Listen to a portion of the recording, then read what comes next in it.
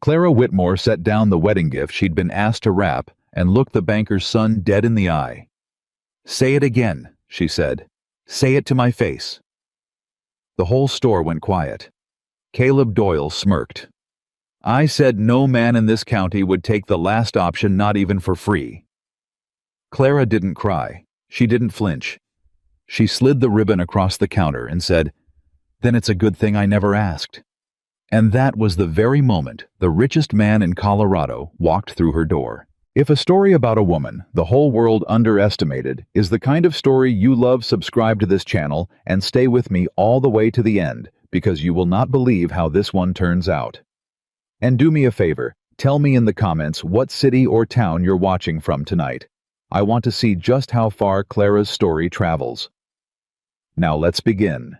The bell over the door of Whitmore's General Supply had rung 1,000 times, and Clara Whitmore had learned to tell a man's business by the way he crossed the threshold.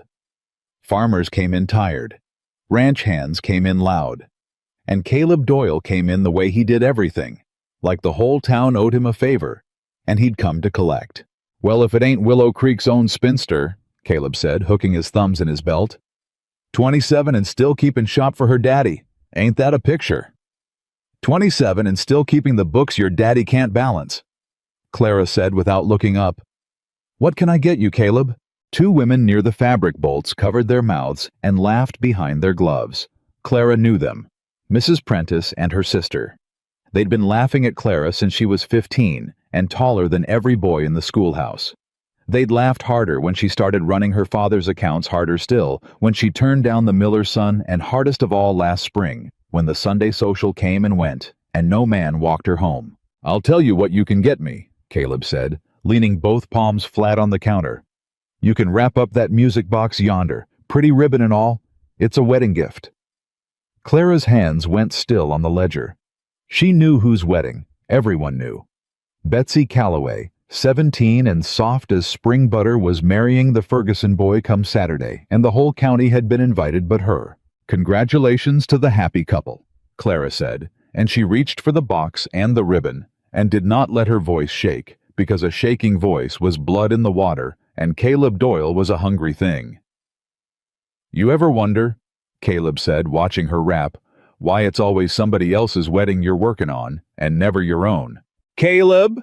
Her father's voice came from the back, thin and warning.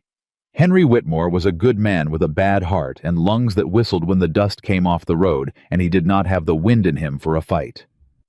"That's enough now. I'm just making conversation, Mr. Whitmore." Caleb never took his eyes off Clara. "See, my cousin was asking after her. Said, ain't there a Whitmore girl of marrying age? And I had to tell him the truth. I said there is, but she's the last option in this whole county. And a man don't reach for the last option. Not even," and here he leaned in grinning, "not even for free." The store went quiet the way a church goes quiet before a hard sermon. Clara set the ribbon down. She straightened her spine one notch at a time. She looked Caleb Doyle dead in the eye, and she was proud later that her hands did not tremble even a little. "Say it again," she said. "Say it to my face." Caleb's grin faltered just a hair. He hadn't expected her to stand up in it. Nobody ever did. "I said," he repeated, slower, meaner, "no man in this county would take the last option. Not even for free." Clara slid the wrapped box across the counter until it touched his knuckles. "Then it's a good thing," she said, "that I never asked." And behind Caleb Doyle, the bell over the door rang. It rang different. Or maybe it was just that everyone turned to look, because the man who filled the doorway filled it entirely broad through the shoulders dust on his boots, a black hat that he did not take off, holding the door open with one gloved hand, while the cold morning stood at his back. Mrs. Prentice stopped laughing. Her sister actually gasped a little sound, the sound a woman makes when the most important man in the territory walks into a room she happens to be standing in. Nathaniel Carter. Everyone in Willow Creek knew him, and almost no one had ever spoken to him. He owned Carter Ridge, 40,000 acres of the finest grazing land in the Colorado Territory, more cattle than any man could count in a day, and a house on the hill so big the school children made up stories about the rooms in it. He'd buried his wife 3 years back and hadn't been seen at a social, a church supper, or a Sunday service since. He came to town for business and left before the dust settled. Mothers with daughters had been laying traps for him for 3 years and catching nothing. And now he was standing in Whitmore's General Supply and he was looking at Clara. Not at Caleb, not at the fine ladies by the fabric, at Clara. "Mr. Carter," Caleb said, snatching his hat off his head so fast he near dropped the music box. "Sir, didn't hear you ride up. Is there something I can do for you, Mr. Carter?" Nathaniel Carter did not so much as glance at him as he stepped inside. His boots were loud on the plank floor in the silence. He crossed the whole length of that store past the flour barrels and the coils of rope and the nails in their bins, and he stopped in front of the counter and he looked at Clara Whitmore like a man who had come a long way on purpose. "Miss Whitmore," he said. Clara's mouth was dry. "Yes, sir." "You'd be Henry's daughter, the one who runs his accounts." "I would. The one who caught the freight company overcharging the whole county 2 winters back. Wrote the letter that got the rates rolled back." Clara blinked. She had done that. She had spent 3 weeks with the invoices and the freight tables and had written a letter so careful and so correct that the company had folded rather than fight it. She had not known a single soul remembered. Her own father had told her not to make trouble. "I did write that letter," she said. Nathaniel Carter nodded once slow, like a man confirming a thing he'd already decided. Then he turned his head, just his head, and looked at Caleb Doyle for the first time. "You were saying something when I came in, about the last option." Caleb went the color of curdled milk. We was just funnin', Mr. Carter." "Funnin'?" Nathaniel let the word sit there. "That how you talk to a woman who runs a business better than your daddy runs his bank?" Nobody breathed. Caleb opened his mouth and shut it. "Go on home, son," Nathaniel said quietly, "and take your funnin' with you." Caleb Doyle went. He grabbed his wrapped box, and he went, and he did not slam the door, because you did not slam a door on Nathaniel Carter, and the bell rang small and mean behind him. Mrs. Prentice and her sister found sudden urgent business with a bolt of calico and pretended badly that they weren't hanging on every word. Nathaniel turned back to Clara. And here was the thing Clara would turn over in her mind for weeks after his hard face changed. Not soft exactly. Carter didn't do soft. But something behind the eyes eased like a man setting down a load he'd carried a long ways. "I've come to offer you work, Miss Whitmore." "Work," Clara repeated. "At the Ridge. I got 20 years of ranch records in a state that'd make a bookkeeper weep. Ledgers, land, deeds, cattle counts, water rights contracts my father signed before I was grown, and not a one of 'em in any order a Christian could follow. My foreman can rope a steer blind, but he can't add a column. My last man for it quit and moved to Denver." He paused. "I need somebody who can look at a mess and see the shape of it. I'm told that's you." Clara stood very still. Behind her, she heard her father's cane tap the floor as he came up slow from the back room, his breath whistling. "Mr. Carter," Henry Whitmore said, that's a mighty generous notion.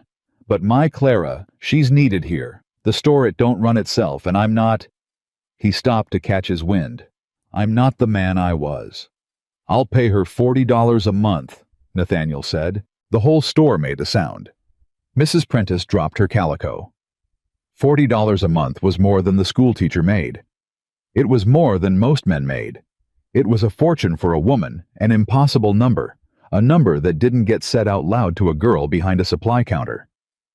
40, Henry said faintly. "And I'll send a man down 3 days a week to help you here, Mr. Whitmore, so you're not left short, on my account." Nathaniel had not stopped looking at Clara. "That's the offer. You can say no. I won't ask twice, and I won't hold it against you, but I won't pretend I've got a second name on my list. It's you, or it's nobody, Miss Whitmore, and I'd rather it was you. It's you or it's nobody." Clara had been called the last option not 10 minutes before in her own family's store in front of the whole town. And now the richest man in Colorado stood in the same square of floorboards and told her she was the only option. Her mind turned it over fast and suspicious, the way she turned over a freight bill that came in too clean.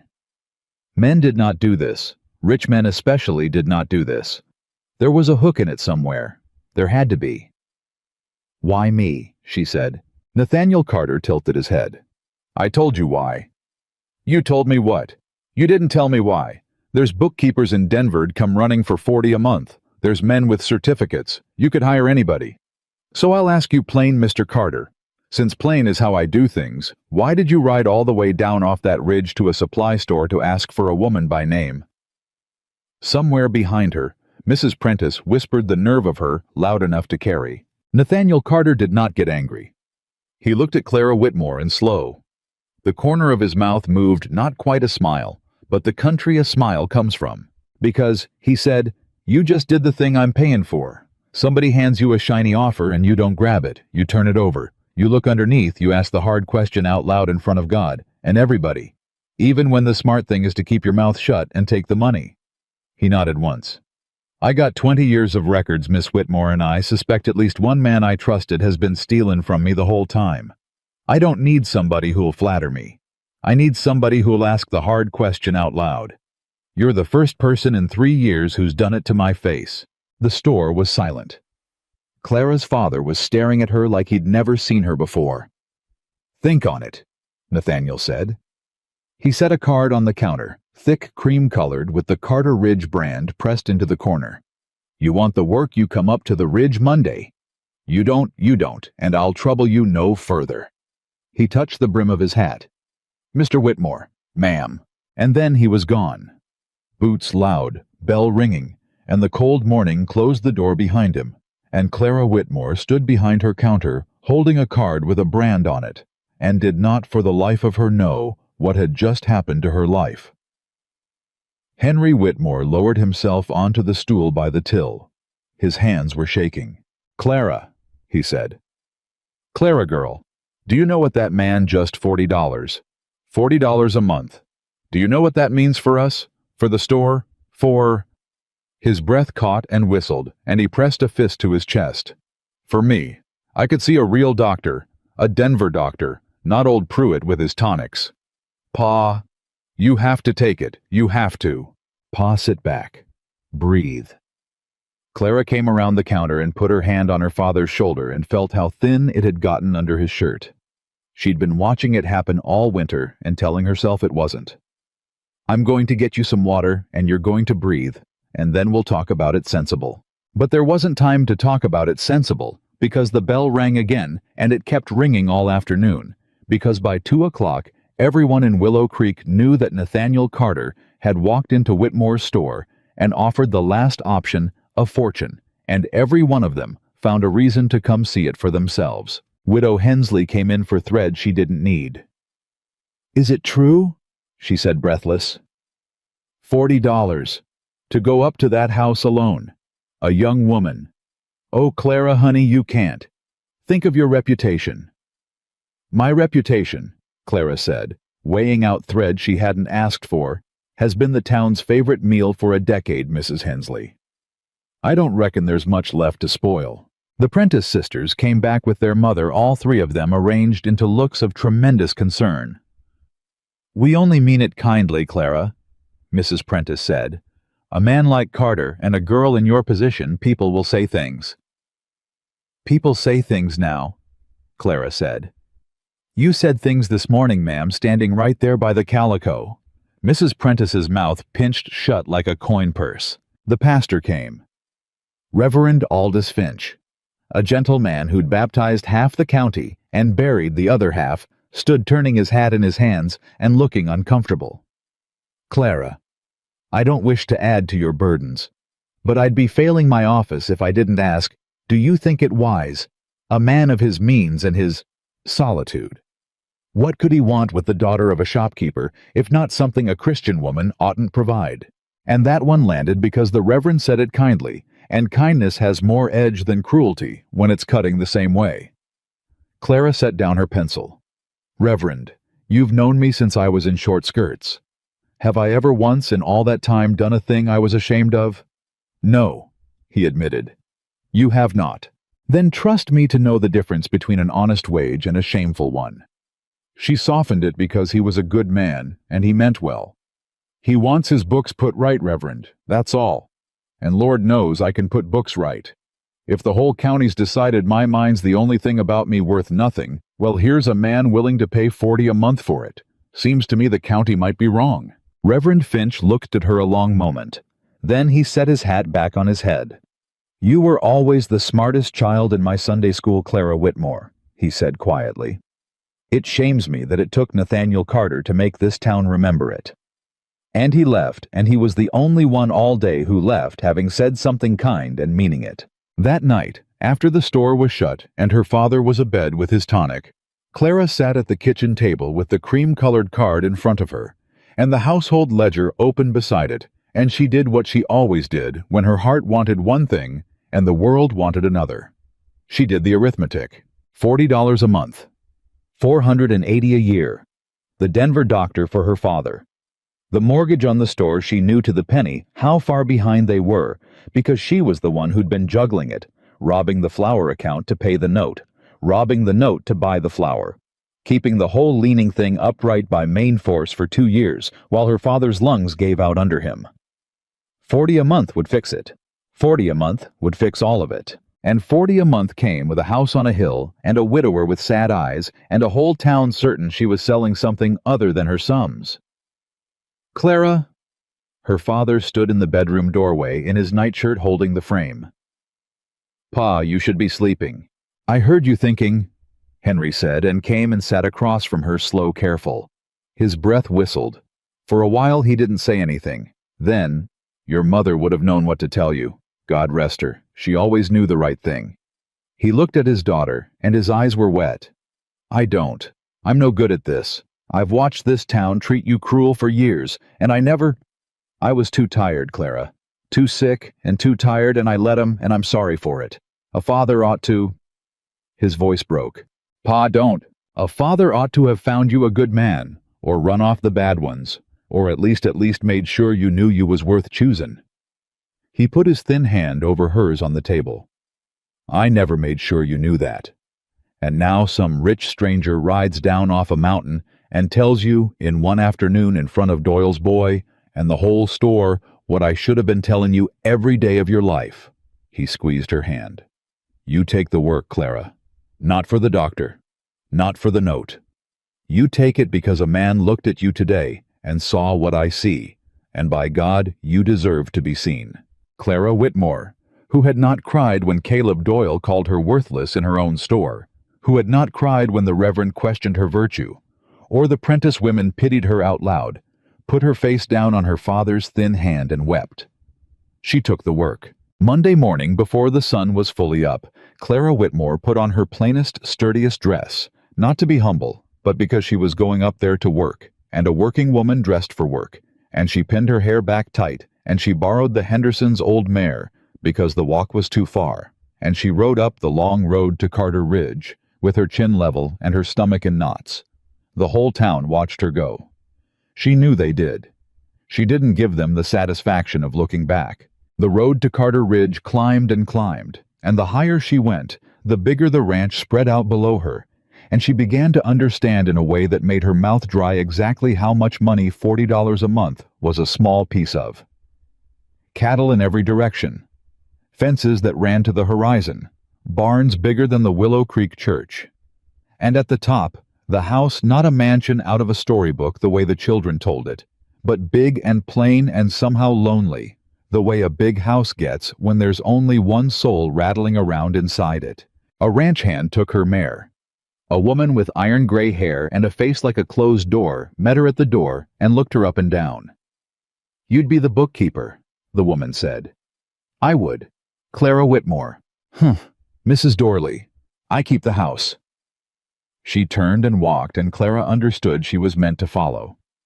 Mr. Carter's out at the North Range. He said put you in the study and let you at it. Said don't hover. She threw a look over her shoulder that said plainly she'd been hovering people her whole life and didn't intend to stop now. You'll want coffee. Everybody that goes in that room wants coffee inside an hour. It's the state of it. The study was worse than Nathaniel Carter had let on. 20 years of a working ranch had gone into that room and never come back out. Ledgers stacked to the windowsills. Loose deeds and contracts stuffed into drawers and boxes, and in one case an old boot.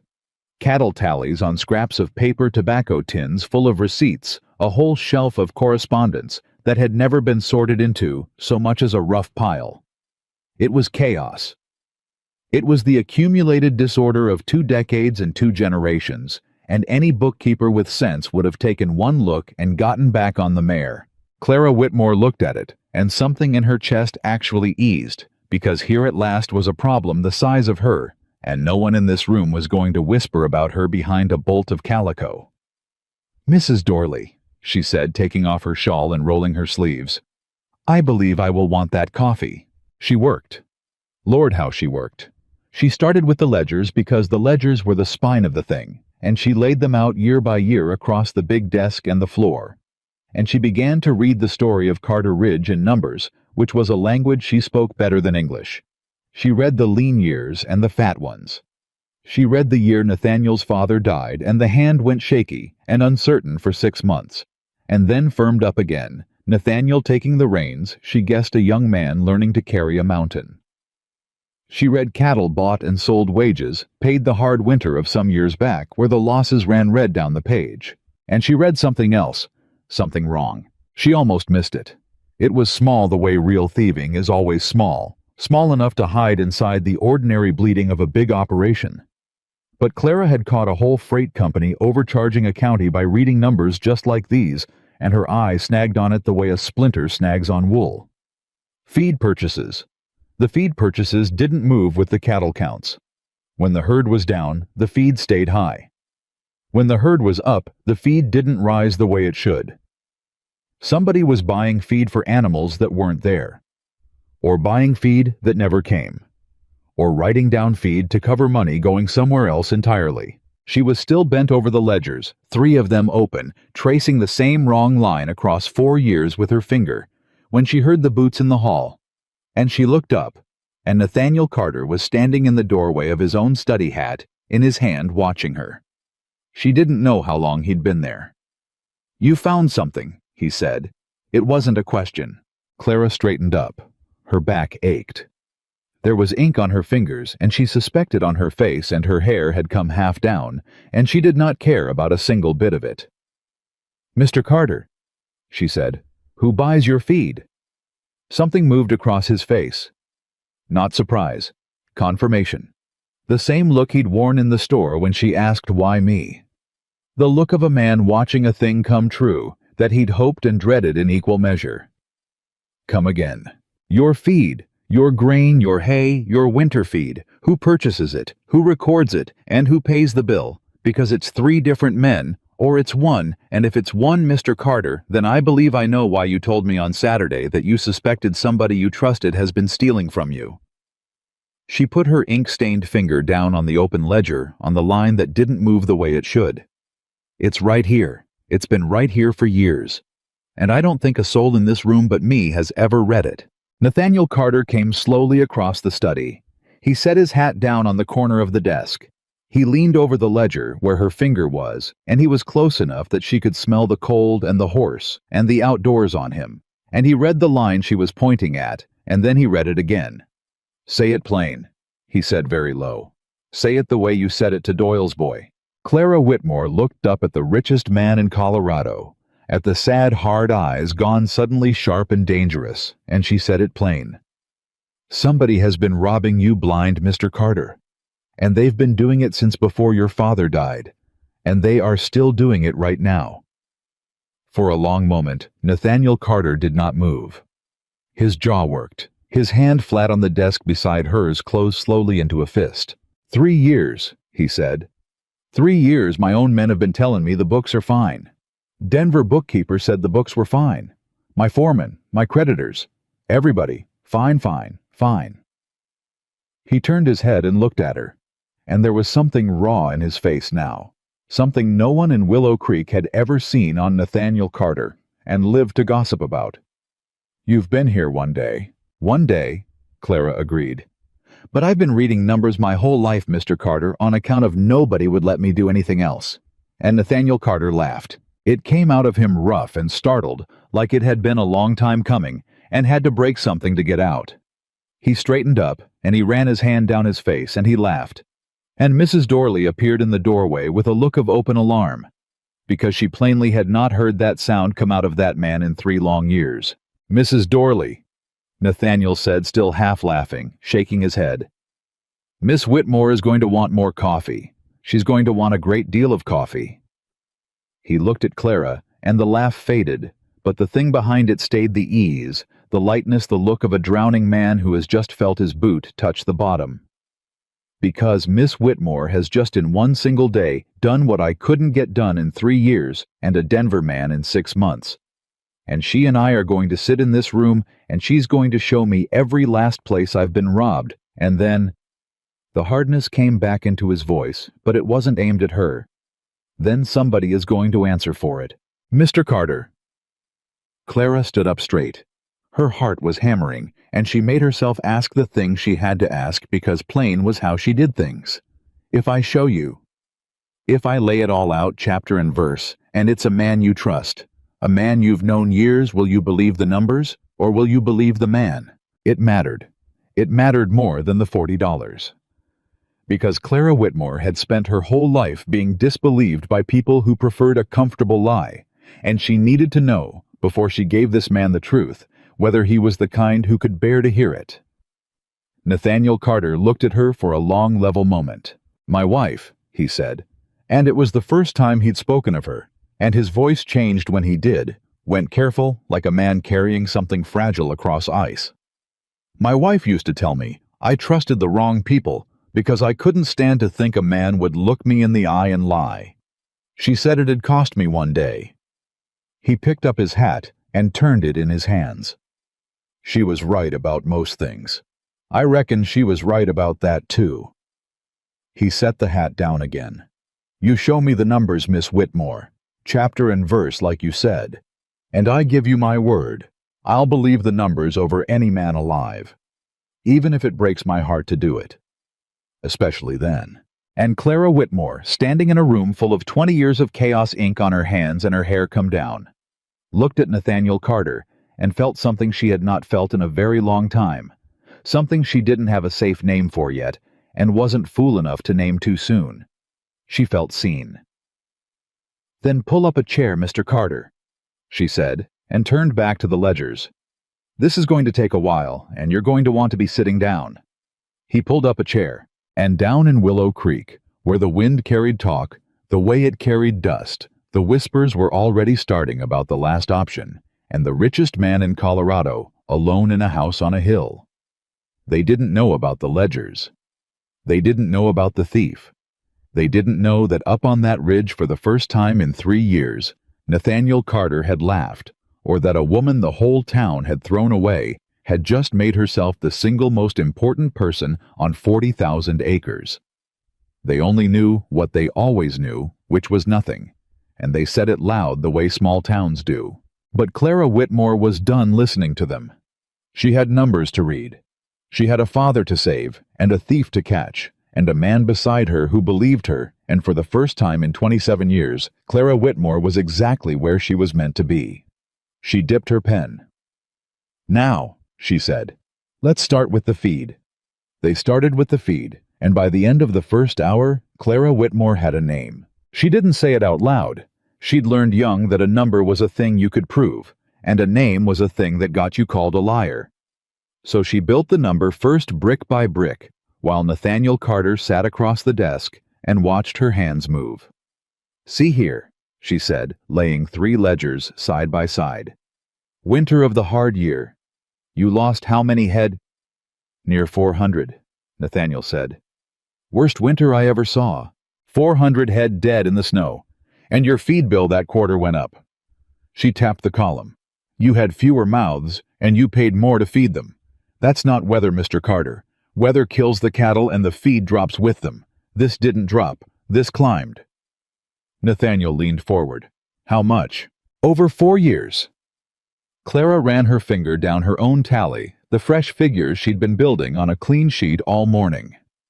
I'll want another day to be certain, but I'd say a man's been walking off this ranch with somewhere near $200 a quarter, every quarter, for at least 4 years. The number landed in the room like a dropped plate. Nathaniel Carter went very still. "That's more than $3,000, he said quietly. "That's more than $3,000 I can find. It may be older than 4 years. I only started where the ledgers got legible." For a moment he didn't speak. Then he stood up so fast the chair scraped hard across the floor, and he walked to the window and put his fist against the frame and stood there with his back to her, and Clara let him. She knew that stillness. It wasn't confusion. It was a man doing arithmetic of his own, not with money, but with trust, adding up every handshake and every fine word, and finding the whole sum false. "Who," he said, "handles the feed accounts? You tell me. I'll tell you if the numbers agree." He turned around. "Silas Bram. My father hired him 30 years back. He does the purchasing feed seed supply, the freight arrangements. Trusted him with the checkbook when I was still learning to shave." His jaw was tight. "He carried my father's coffin, Miss Whitmore." Clara looked down at the ledger so he wouldn't have to watch her face while he heard it. "Then I'm sorry, Mr. Carter. Because the hand that wrote these feed entries is the same hand in this letter." She slid over a piece of correspondence she'd found stuffed in the boot. A supply order signed at the bottom in a looping, confident script. S. Bram. And the amounts on the orders don't match the amounts in the book. He orders one figure. He writes down another. The difference goes home with him. Nathaniel Carter took the letter. He read the signature of a man he'd known his whole life. And Clara watched something close behind his eyes. Some door swing shut that she suspected had been swinging shut a little more each year for a long time. "My wife didn't like him," he said. "Ruth. She said his eyes never landed anywhere. I told her she was being unkind." He set the letter down with a care that was almost worse than throwing it. 3 years she's been gone and I'm still finding out she was right. Mr. Carter, don't. He held up a hand, not sharp, just done. You've done what I paid you to do, better than I paid you to do it. Now I've got to decide what kind of man I am about it, and that's not your burden. But it was going to become her burden, whether either of them wanted it or not.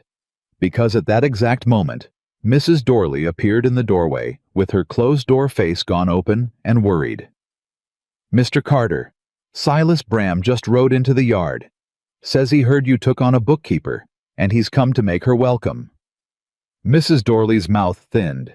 He's got that smile on. Nathaniel and Clara looked at each other across the desk, full of the man's own thieving, and Clara felt her heart start to pound because there was no time now, no clean day to build the number, no careful chapter and verse. The thief was in the yard, and he was coming up smiling. "He can't know what I've found," Clara said, fast low. "Not yet. If he knows, he'll cover it. Burn the orders, square the books overnight.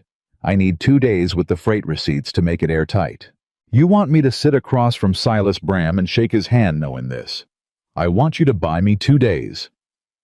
She was already stacking the incriminating ledgers, sliding the boot letter under a clean pile of correspondence, making the desk look like a woman's first innocent morning of sorting. "Can you do that, Mr. Carter? Can you look a man in the eye who's been robbing you for 4 years and give nothing away? Because if you can't, we lose him." And here was the thing Clara didn't expect. Nathaniel Carter's face changed not to anger, but to something cold and even and almost peaceful, the face of a man who has just been handed a reason. "Miss Whitmore," he said, settling his hat back on his head. "I have been given nothing away for 3 years. Watch me work." Silas Bram came through the front door like a man who owned a share of it. Clara heard him before she saw him, a big, warm, rolling voice, the kind that filled a room and made you feel foolish for suspecting it of anything. "Nathaniel. There you are. Heard the whole county's talkin'. Say you rode down to Willow Creek and hired yourself the Whitmore girl, the one keeps old Henry's store." The voice came closer. "Now that's a shame, that is.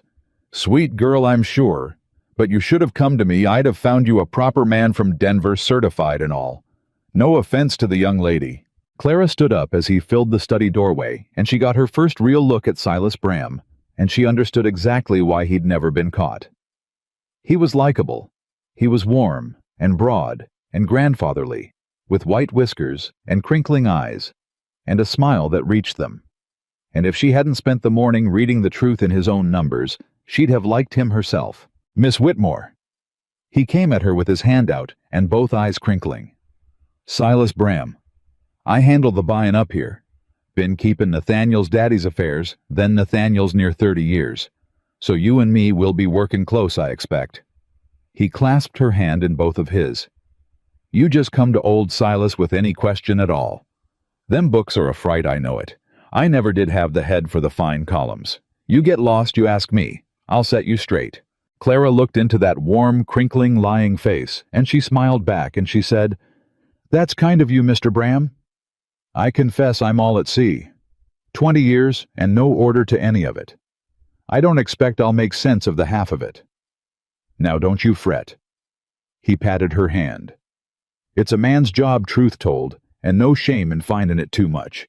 You just tidy the letters and the like, leave the hard accounts to them that's done 'em 30 years. Leave the hard accounts to them that's done 'em 30 years. Clara felt Nathaniel go stiff at her shoulder, and she pressed her heel down on the toe of his boot hard without looking, and he held. That's just what I was hoping to hear, Clara said sweetly. I'll keep to the letters. Silas Bram beamed, and Clara watched relief move through him. Small, quick, hidden, under the smile, but there. He'd come up that road worried. He'd found a helpless girl playing with correspondence. He rode away easy. He rode away easy, and the second his horse cleared the gate, Nathaniel Carter let out a breath that shook. I could have... He stopped. His hands were not quite steady. 30 years he's called me son.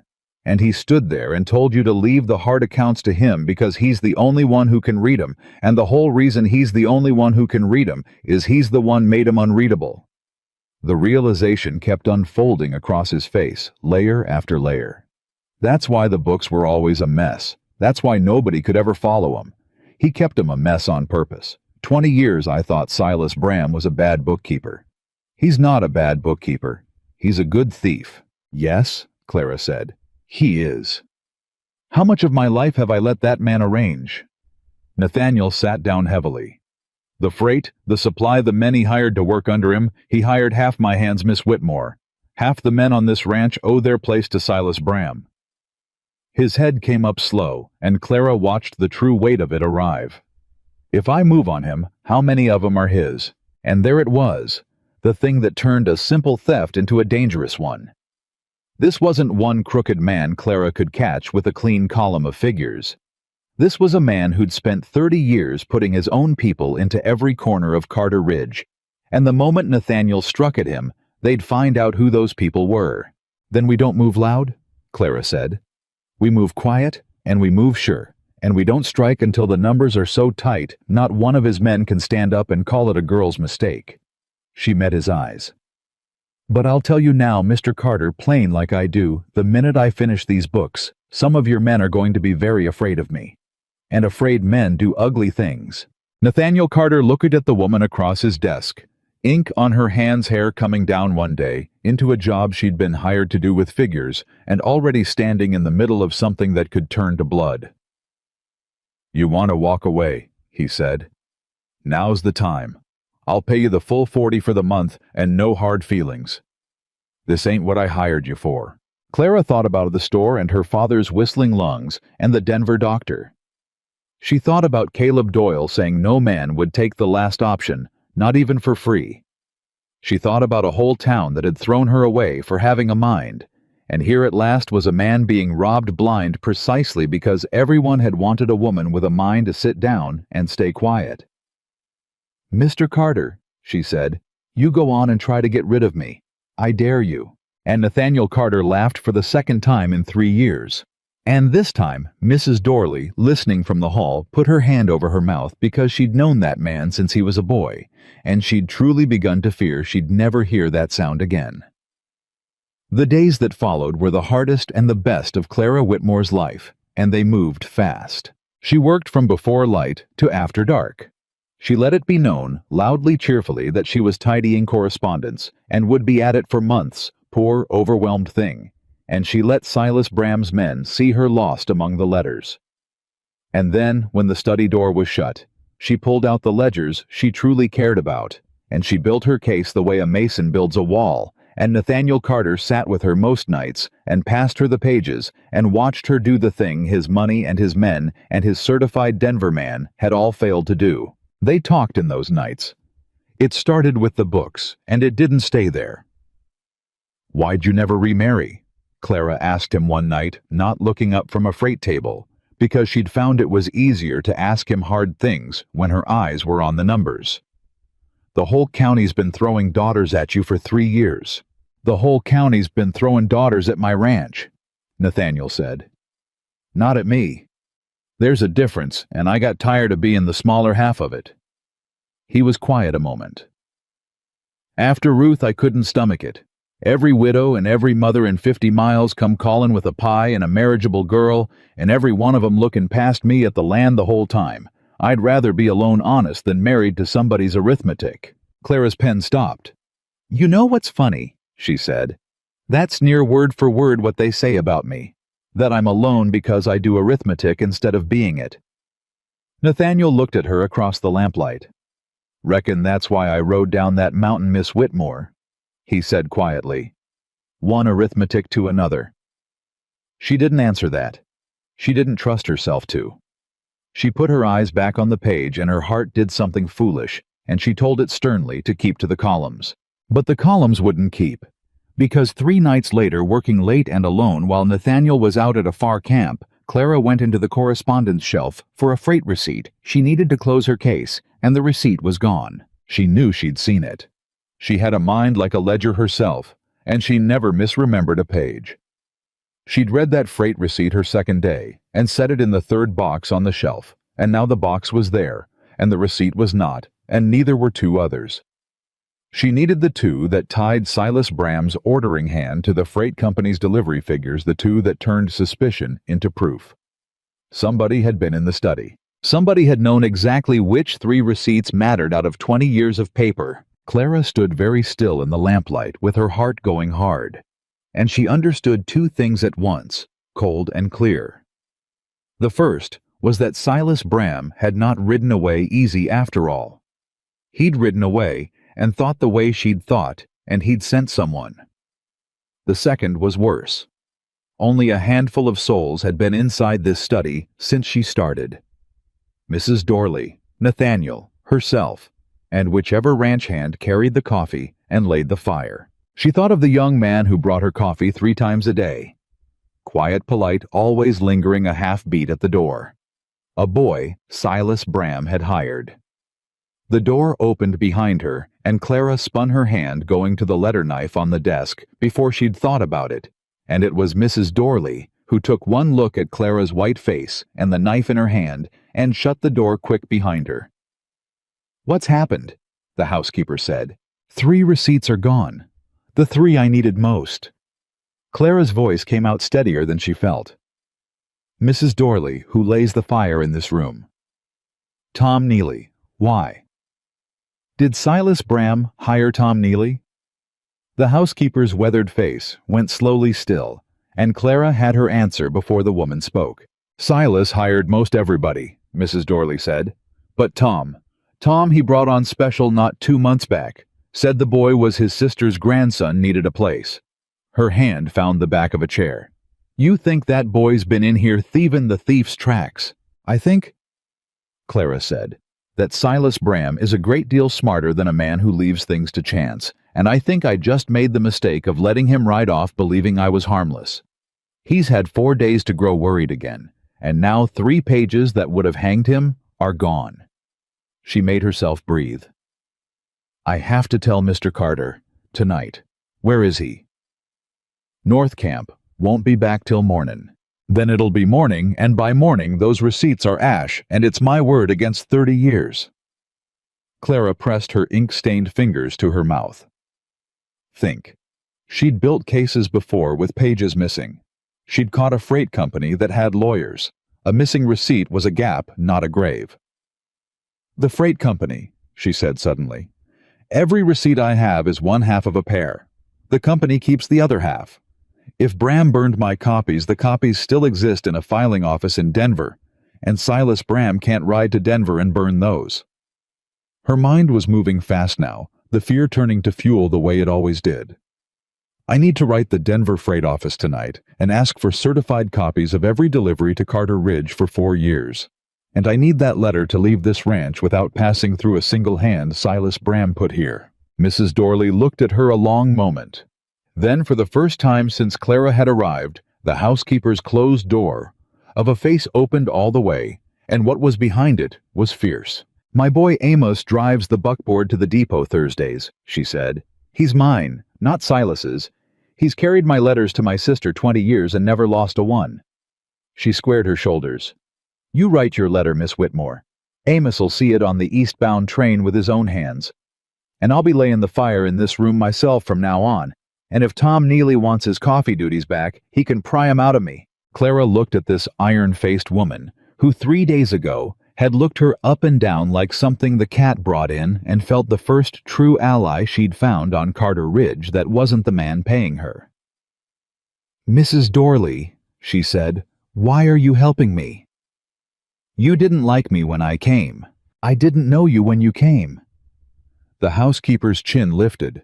"I know you now, and I'll tell you the true reason since you're a plain-spoke sort." Her voice dropped. "I raised that man in there from a boy. I held him up at his wife's grave when his own legs wouldn't. And for 3 years, I've watched him die a little at a time in this big empty house, quiet and polite, and there was not one thing I could do about it." Her eyes were wet and furious. "You've been here 4 days, and I've heard him laugh twice. So you catch your thief, Miss Whitmore. But you understand me, it ain't only the thief I care about you catchin'." And she went out before Clara could answer, leaving Clara standing alone in the lamplight with a letter to write, and her heart doing the foolish thing again, worse now because it wasn't just her own foolish heart anymore. Mrs. Dorley had seen it too. Mrs. Dorley had all but named it. Clara wrote the letter. She wrote it careful and complete, requesting certified copies under the plainest business language, and she sealed it and she gave it to Amos Dorley in the dark of the kitchen, and she watched from the window as the buckboard rolled out before dawn toward the depot with 3 weeks of her whole case riding in a man's coat pocket. Nathaniel came back from the North Camp at mid-morning, and Clara took him into the study and shut the door and told him everything: the missing receipts. Tom Neely, Silas Bram's quiet countermove. The letter already gone east. She watched his face go through anger to something harder and quieter, and when she was done, he was silent a long moment. "You did all that last night," he said. "Alone. Found it, figured it, and had a fix riding east before I even knew there was a hole. Mrs. Dorley helped?" "Mrs. Dorley!" He almost smiled. "She warm up to you. She threatened to fight a ranch hand over who lays your fire. Then you've done something no soul's managed in 20 years, Nathaniel said, which is get on Ida Dorley's good side inside a week." But the almost smile faded fast, and he came around the desk and stood closer than the books required, and his voice dropped. "Now you listen to me. This just changed. When it was columns in a ledger, that was one thing. Now Bram knows you're a threat, and he's already sent a boy to spy in my own house, and I'll not have you sitting alone in this room after dark, being the only thing standing between that man and the rope." His jaw worked. "So here's how it's going to be. You don't work this study alone after sundown, not once. Either I'm in it, or Mrs. Dorley's in it, or you're not in it. You hear me, Miss Whitmore?" Clara opened her mouth to argue. She'd been alone her whole life, she didn't need a keeper. And something in his face stopped her. It wasn't a rancher protecting his investment. It wasn't even a man protecting a woman. It was a man who had already lost one person he couldn't stand to lose, sitting up straight and refusing to do it twice. "I hear you," she said quietly. "Good." He straightened, and the moment passed, and he was Nathaniel Carter again, hard and level. "Now, that letter to Denver. How long till the copies come back?" 3 weeks, maybe 4. 3 weeks. He looked at the shelf where the receipts had gone missing. 3 weeks of Silas Bram wondering how much you know, and patting your hand and calling you a sweet, overwhelmed girl. Can you keep playing harmless 3 more weeks? I've been playing harmless to this whole county for 27 years, Clara said. I reckon I can manage 3 weeks more.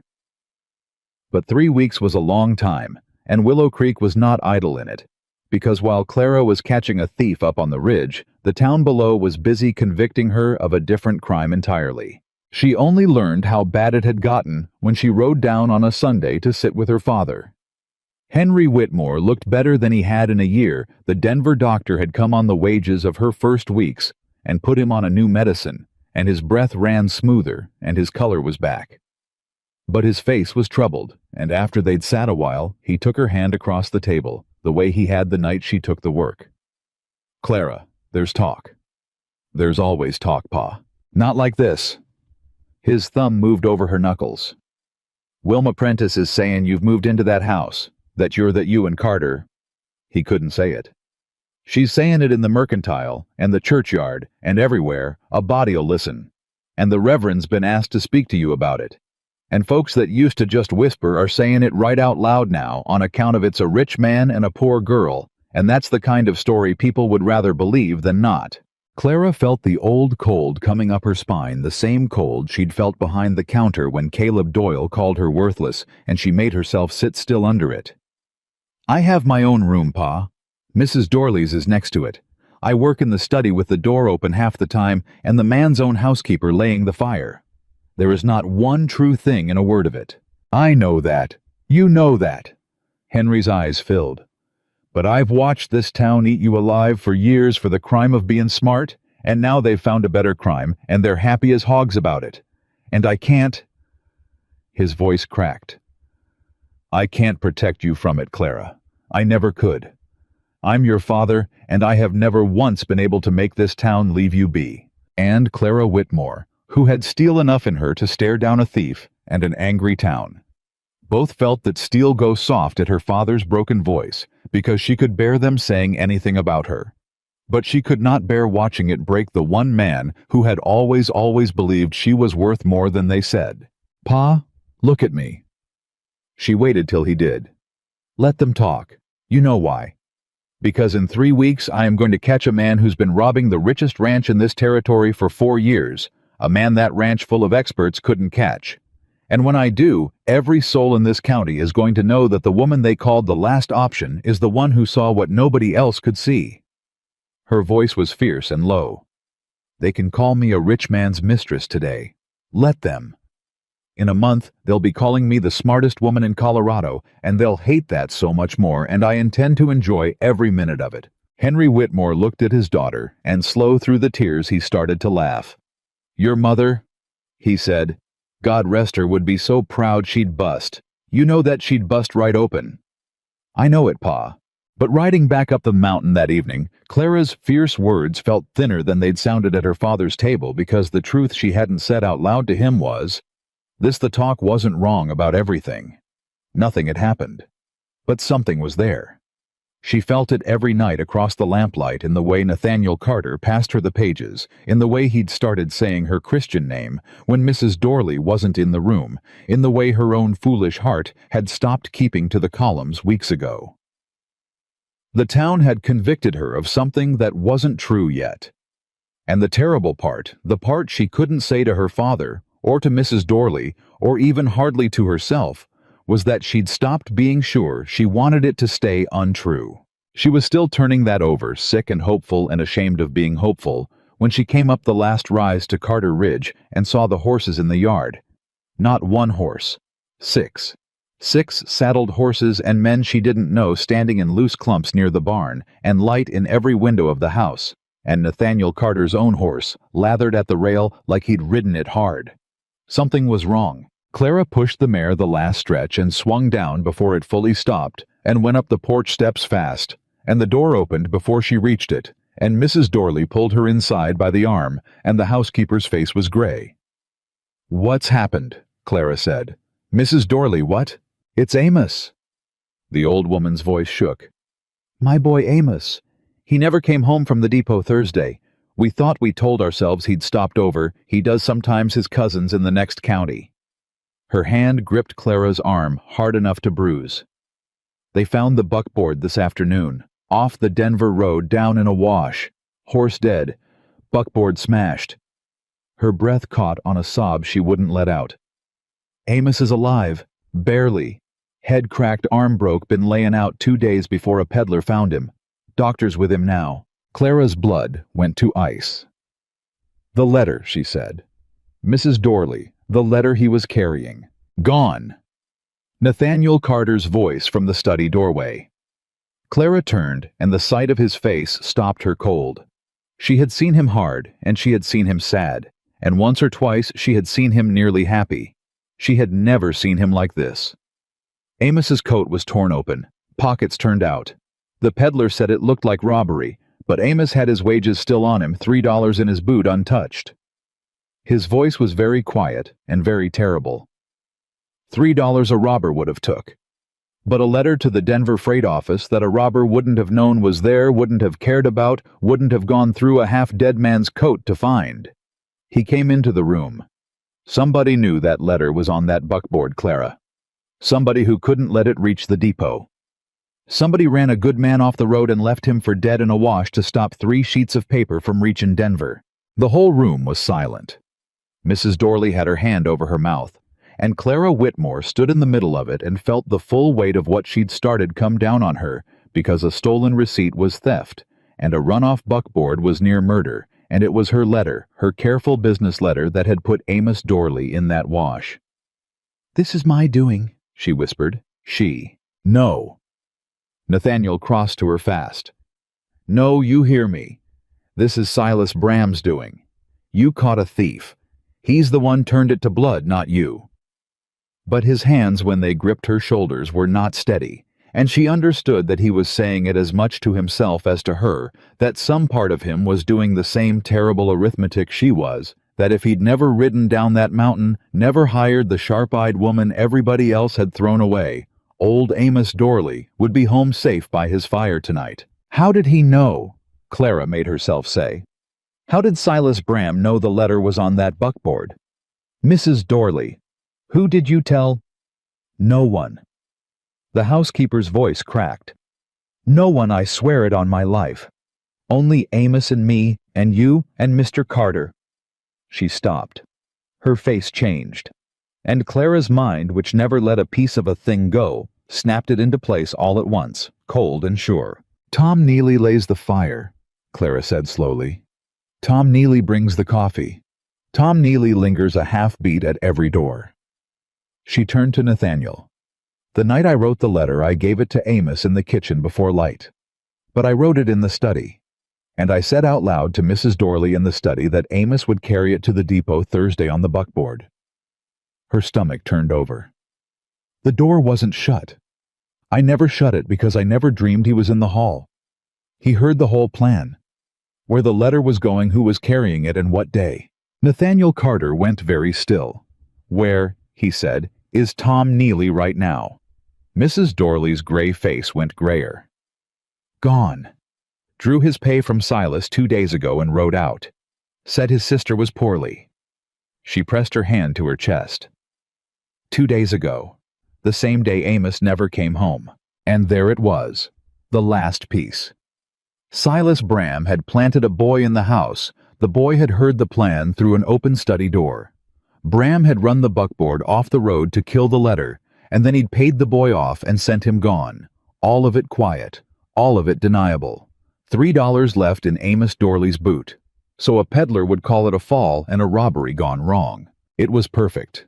It was the work of a man who'd had 30 years to learn how to make an ugly thing look like an accident. Except for one mistake. Clara felt it come to her the way the wrongness in the feed columns had come a splinter catching on wool, and she went so still that both of them looked at her. He made a mistake, she said. Clara, he made a mistake, Mr. Carter. She was moving now back into the study to the shelf, her hands going fast through the boxes. He thinks the letter was my whole case. He thinks he's killed it. He ran a man off the road and paid off a boy and burned 3 receipts, and he thinks it's finished because he thinks like a man who keeps everything in one place. One letter, one messenger, one road. She found what she was reaching for and turned around, and her face was fierce and white. "But I don't keep everything in one place. I never have. Nobody who's spent her life being disbelieved keeps her proof in one place." She held up a thin, bound book, her own hand small and neat all through it. "I copied every figure, every receipt, every order, every crooked column into this by my own hand the night I found it. The originals were bait. This is the case. And there's a second letter, Mr. Carter, that I gave to the Reverend to post from Willow Creek yesterday when I went down to see my father, because I don't trust one road either. It's already gone. It's past Silas Bram's reach. And it asks the Denver office for the very same certified copies." The study was dead silent. "He ran a man near to death," Clara said, and her voice shook now, not with fear, but with a fury so cold it frightened her, to stop a letter that was already a decoy. "He spent his one big move. He thinks he's safe. And in 3 weeks, Mr. Carter, the certified copies are going to come back to Willow Creek in the Reverend's own hands, and I am going to lay this book beside them, and there will not be a jury in the territory that doesn't hang Silas Bram twice, once for the stealing, and once for what he did to Amos Dorley in that wash." Nathaniel Carter looked at the woman standing in his study, holding the whole ruin of his oldest betrayer in one small bound book, and what came into his face then was not the ease she'd seen, not the almost smile, not even the fury. It was something that made her breath catch and her foolish heart forget the columns entirely. It was awe. "Ruth would have loved you," he said low and rough before he could stop himself. Then he caught it and looked away, and his jaw worked. "I'm sorry. That was... Don't be sorry." The words were out of Clara before she could weigh them. They looked at each other across the lamplight, across 3 weeks of pages passed hand to hand, across a whole county's ugly talk that had just in this room, in this moment, stopped being entirely a lie. "Don't ever be sorry for that, Mr. Carter." For a long moment, neither of them moved, and Mrs. Dorley, standing in the doorway with tears drying on her weathered face, and her half-dead son in a bed upstairs, looked at the two of them and did not say a single word, because some things a woman knows enough to let be. Then from the yard came shouting, a rider hard and fast, and a hand's voice raised in alarm, and boots on the porch, and the study filled up all at once with cold night air, and a young ranch hand, one of the men Clara trusted, white-faced and gasping. "Mr. Carter? Mr. Carter, sir. It's Silas Bram. He's riding up, coming up the road right now, and he's not alone. He's got 4 men with him, and he's..." The boy swallowed. "He's asking for the bookkeeper, sir. He's asking for Miss Whitmore by name. Says he heard about the accident on the Denver road, and he's come up special to make sure the young lady's not too frightened by it." The room went dead cold. He'd come to see her face. He'd run a man off the road, and now he was riding up to Carter Ridge with 4 men at his back, to look Clara Whitmore in the eye, and find out from her own reaction whether his ugly work had done its job, whether she was frightened, whether she suspected, whether the letter had been what he thought it was. He was coming to read her the way she'd read his numbers, and Clara Whitmore, with the whole true case bound in a book in her 2 hands and a fury in her chest, cold enough to freeze the Colorado sky, set the book face down on the desk and smoothed her skirt, and turned to the door to meet him. "Well," she said, "then I'd best go make him welcome." She went to make him welcome, and Nathaniel Carter caught her arm at the study door. "You're not going out there alone." "I have to." Clara kept her voice low and fast. "If you come out swinging, he'll know we know. He came up here to read my face, Mr. Carter. So let him read it. Let him see a frightened little bookkeeper who heard about a terrible accident and can hardly hold her tea." She looked up at him. "I've been playing harmless for this whole county 27 years. I can play it 4 minutes more, but you have to let me, and you have to stand there while I do it, and you cannot say one word that tells him what's in that book on your desk. Can you do that?" His jaw worked. Every part of him wanted to go out that door and take Silas Bram apart with his hands, and Clara could see it, and she pressed her palm flat against his chest once quick. "For Amos," she said. "We do it cold, and we do it sure, and we hang him proper. Not tonight. Cold." Nathaniel Carter breathed out slow. "Cold," he said, and he let go of her arm. Silas Bram was already off his horse when they came out onto the porch, hat in his hands, white whiskers and crinkling eyes, and 4 men sat their horses behind him in the dark and did not get down. Clara marked that. 4 men who stayed mounted were not a friendly call. They were an argument held in reserve. "Miss Whitmore?" Bram came up the steps with his hand out and his face all folded up with grandfatherly concern. "Oh, you poor child, you've heard then. About that awful business on the Denver road. Old Amos Dorley run off in a wash near killed." He took her hand in both of his and patted it. "I said to my men, I said that sweet girl will be frightened half to death a thing like that happening so close. I couldn't rest till I come up and made sure you was all right." Clara let her hand tremble in his. It wasn't hard. The fury in her was shaking anyway, and a shaking hand read the same, whether it shook from fear or from wanting to claw a man's eyes out. "It's just awful, Mr. Bram," she said, and made her voice small and unsteady. "Poor Amos. They know what happened? Was it robbers?" She watched his eyes when she said it. Watched close the way she watched a column for the figure that didn't move right, and Silas Bram's warm old face gave away exactly nothing 30 years of practice, and he was good, he was so good, except for one thing. His thumb patting the back of her hand went still for half a heartbeat when she said the word robbers. Just half a beat. Then it started again. He wanted to know if she suspected, and she just told him with a trembling hand and a frightened little question that she thought it was highwaymen. And she felt the relief come off him, the same small hidden relief she'd felt the first day when he thought she was harmless. "They think so, honey," Bram said gentle. "Robbers. Terrible times.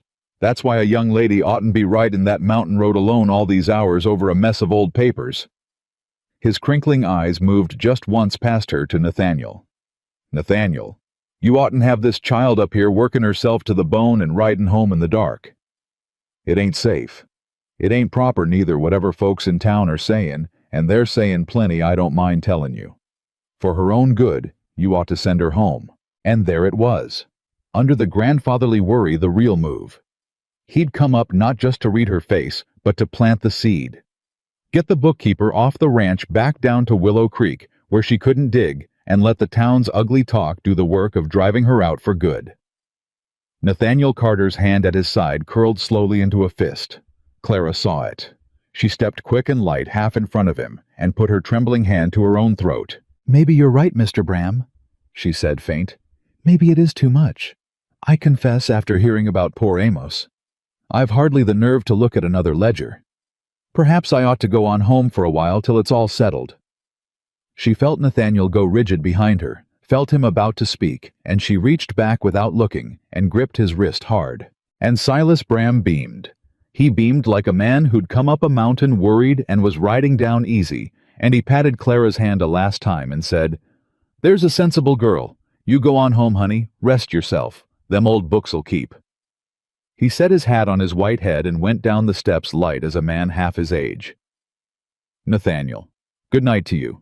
See, she gets home safe now." And he swung up onto his horse, and the 4 silent men turned their horses with him, and they rode off down the dark road easy and unhurried, the whole pack of them a thief, and his argument riding home believing they'd won. The moment the hoofbeats faded, Nathaniel Carter rounded on her. "You just told him you're quittin'. You told Silas Bram you're leaving the ranch. Clara, that book on my desk stays exactly where it is." She was already turning back inside, and her frightened little tremble was gone like it had never been. And what stood in the doorway now was cold and bright and dangerous. "I told him what he needed to hear so he'd ride down that mountain believing he doesn't have to hurt anybody else. A man who thinks he's won doesn't run another buckboard off the road. A man who thinks he's won gets careless." She looked at him. "I just bought Amos Dorley his safety, and bought us 3 quiet weeks to hang Silas Bram, and it cost me nothing but letting an old thief think a woman scares easy. I've been letting men think that my whole life, Mr. Carter. First time it's ever been useful." Nathaniel Carter stared at her, and then he laughed. Not the easy laugh from before, but something lower, something that had heat in it, and he shook his head slow. "You are," he said, The most dangerous thing that ever came up this mountain. And the whole county threw you out for being too plain to marry. The whole county, Clara said, is about to feel very stupid. But feeling stupid takes time, and the county wasn't there yet. In the 3 weeks that followed while Clara worked in secret and the certified copies made their slow way east and back, Willow Creek did what Willow Creek did best, which was talk. And now the talk had a new engine behind it, because Eleanor Caldwell had come home. Clara heard the name before she ever saw the woman. Mrs. Dorley said it first one morning, laying the study fire with her mouth pulled tight. Eleanor Caldwell's back in the valley. Took the old Caldwell place. Come in on the Thursday train with 4 trunks and a girl to carry 'em. The housekeeper set the poker down harder than she needed to. You'll want to know who that is. Tell me. Grew up here. Fine family, fine money before the money went. Her and Ruth were girls together. Her and Ruth and Nathaniel, all 3 thick as thieves when they was young. Mrs. Dorley's jaw was tight. Eleanor set her cap for Nathaniel back then. Everybody knew it. And then Ruth got him instead, and Eleanor married a rich man in Denver and moved away, and there's some in this valley always said she never forgave Ruth for it. She looked at Clara. That rich Denver husband died last winter, left her a widow, and now she's home. 3 years to the month after Ruth's in the ground, and Nathaniel's alone in that big house. Her mouth was a thin line. You do the arithmetic, Miss Whitmore. You're good at it. Clara did the arithmetic. It came out ugly. She met Eleanor Caldwell 2 days later, and the woman was everything Clara was not, and she knew it, and she meant Clara to know it. Eleanor came up to the ranch in a hired carriage with a card that said she'd come to pay respects to an old dear friend in his loneliness. And she was beautiful in the way that money makes a woman beautiful, gowned and gloved and gracious. And she took one long look at Clara Whitmore in her plain work dress with ink on her fingers, and dismissed her so completely, so gently, that it took Clara a full second to feel the knife go in. Oh, Eleanor said, warm as spring. You must be the bookkeeper, the one from the little store in town. How good of Nathaniel to give you the work. He always did have such a soft heart for the town's hard cases. His Ruth was just the same. She smiled. You must let me know if the columns get to be too much for you, dear. I ran my late husband's household accounts for 15 years. Some things a woman does need a bit of breeding to manage properly. And Clara, who had just spent 3 weeks quietly building the noose for a thief who'd defeated an entire ranch, smiled back and said, That's kind. I'll be sure to come to you if I find anything beyond me. And thought coldly, You have no idea what I'm capable of, and neither does the man you came here for. But that was pride, and pride was cheap, because the truth underneath it hurt, and Clara was too honest with herself not to feel it. Eleanor Caldwell was beautiful and rich and bred to it, and she'd known Nathaniel since they were children, and she'd loved him first, and she belonged in that big house on the hill in a way that Clara Whitmore, the last option the shopkeeper's plain daughter, never would. And Clara had spent 3 weeks letting her foolish heart forget the columns, and now here was the columns' revenge arriving in a hired carriage with 4 trunks to remind her exactly what she was. She was still telling herself she didn't care when Nathaniel came in that evening and found her working with her jaw set too hard. Eleanor came by, he said. It wasn't a question. She did. She's very lovely. Clara didn't look up. You've known her a long time, I hear. Since we were children. Her and me and Ruth. He was quiet a moment. She was Ruth's friend once. Then she wasn't. It's an old story, and not a kind one. He came and sat on the corner of the desk closer than the work needed, the way he'd taken to doing. Clara, whatever she said to you, she didn't say anything I hadn't already told myself. Now Clara did look up, and she made herself say it plain, because plain was how she did things, even when plain cost her. She belongs in this house, Mr. Carter. I don't. I've known it since the day you offered me the work, and every soul in that town has been saying it out loud for a month, and now a beautiful widow's come home to prove it, and she's right. Her voice was steady, but it took everything she had to keep it there.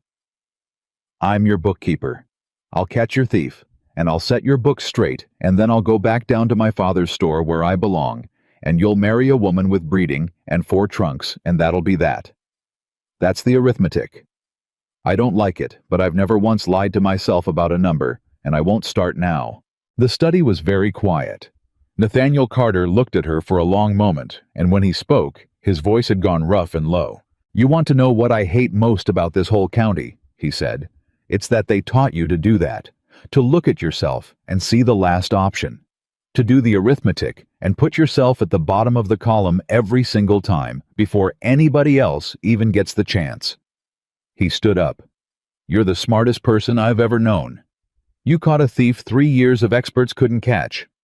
You outfoxed him on my own porch tonight 3 weeks ago cold while I stood there ready to ruin it. Mrs. Dorley'd walk through fire for you, and she doesn't walk across a room for most folks. And you sit there and tell me a woman with 4 trunks belongs in my house, and you don't." His jaw worked. "You want to talk arithmetic, Clara Whitmore? Here's some. Eleanor Caldwell has been in this valley 2 days, and I've thought about her exactly as long as it took to read her card. You've been up on this mountain a month, and I can't get through a single evening without needing to know what you think about something. Run that column. Tell me where it comes out." Clara's heart was pounding so hard she thought he must be able to hear it. "Don't," she whispered. "Don't say things like that unless I mean them." He looked at her steady. "I don't say things I don't mean. Ask anybody in this territory. It's near the only thing they all agree on about me." For one long, terrible, wonderful moment, the whole thing hung there in the lamplight between them.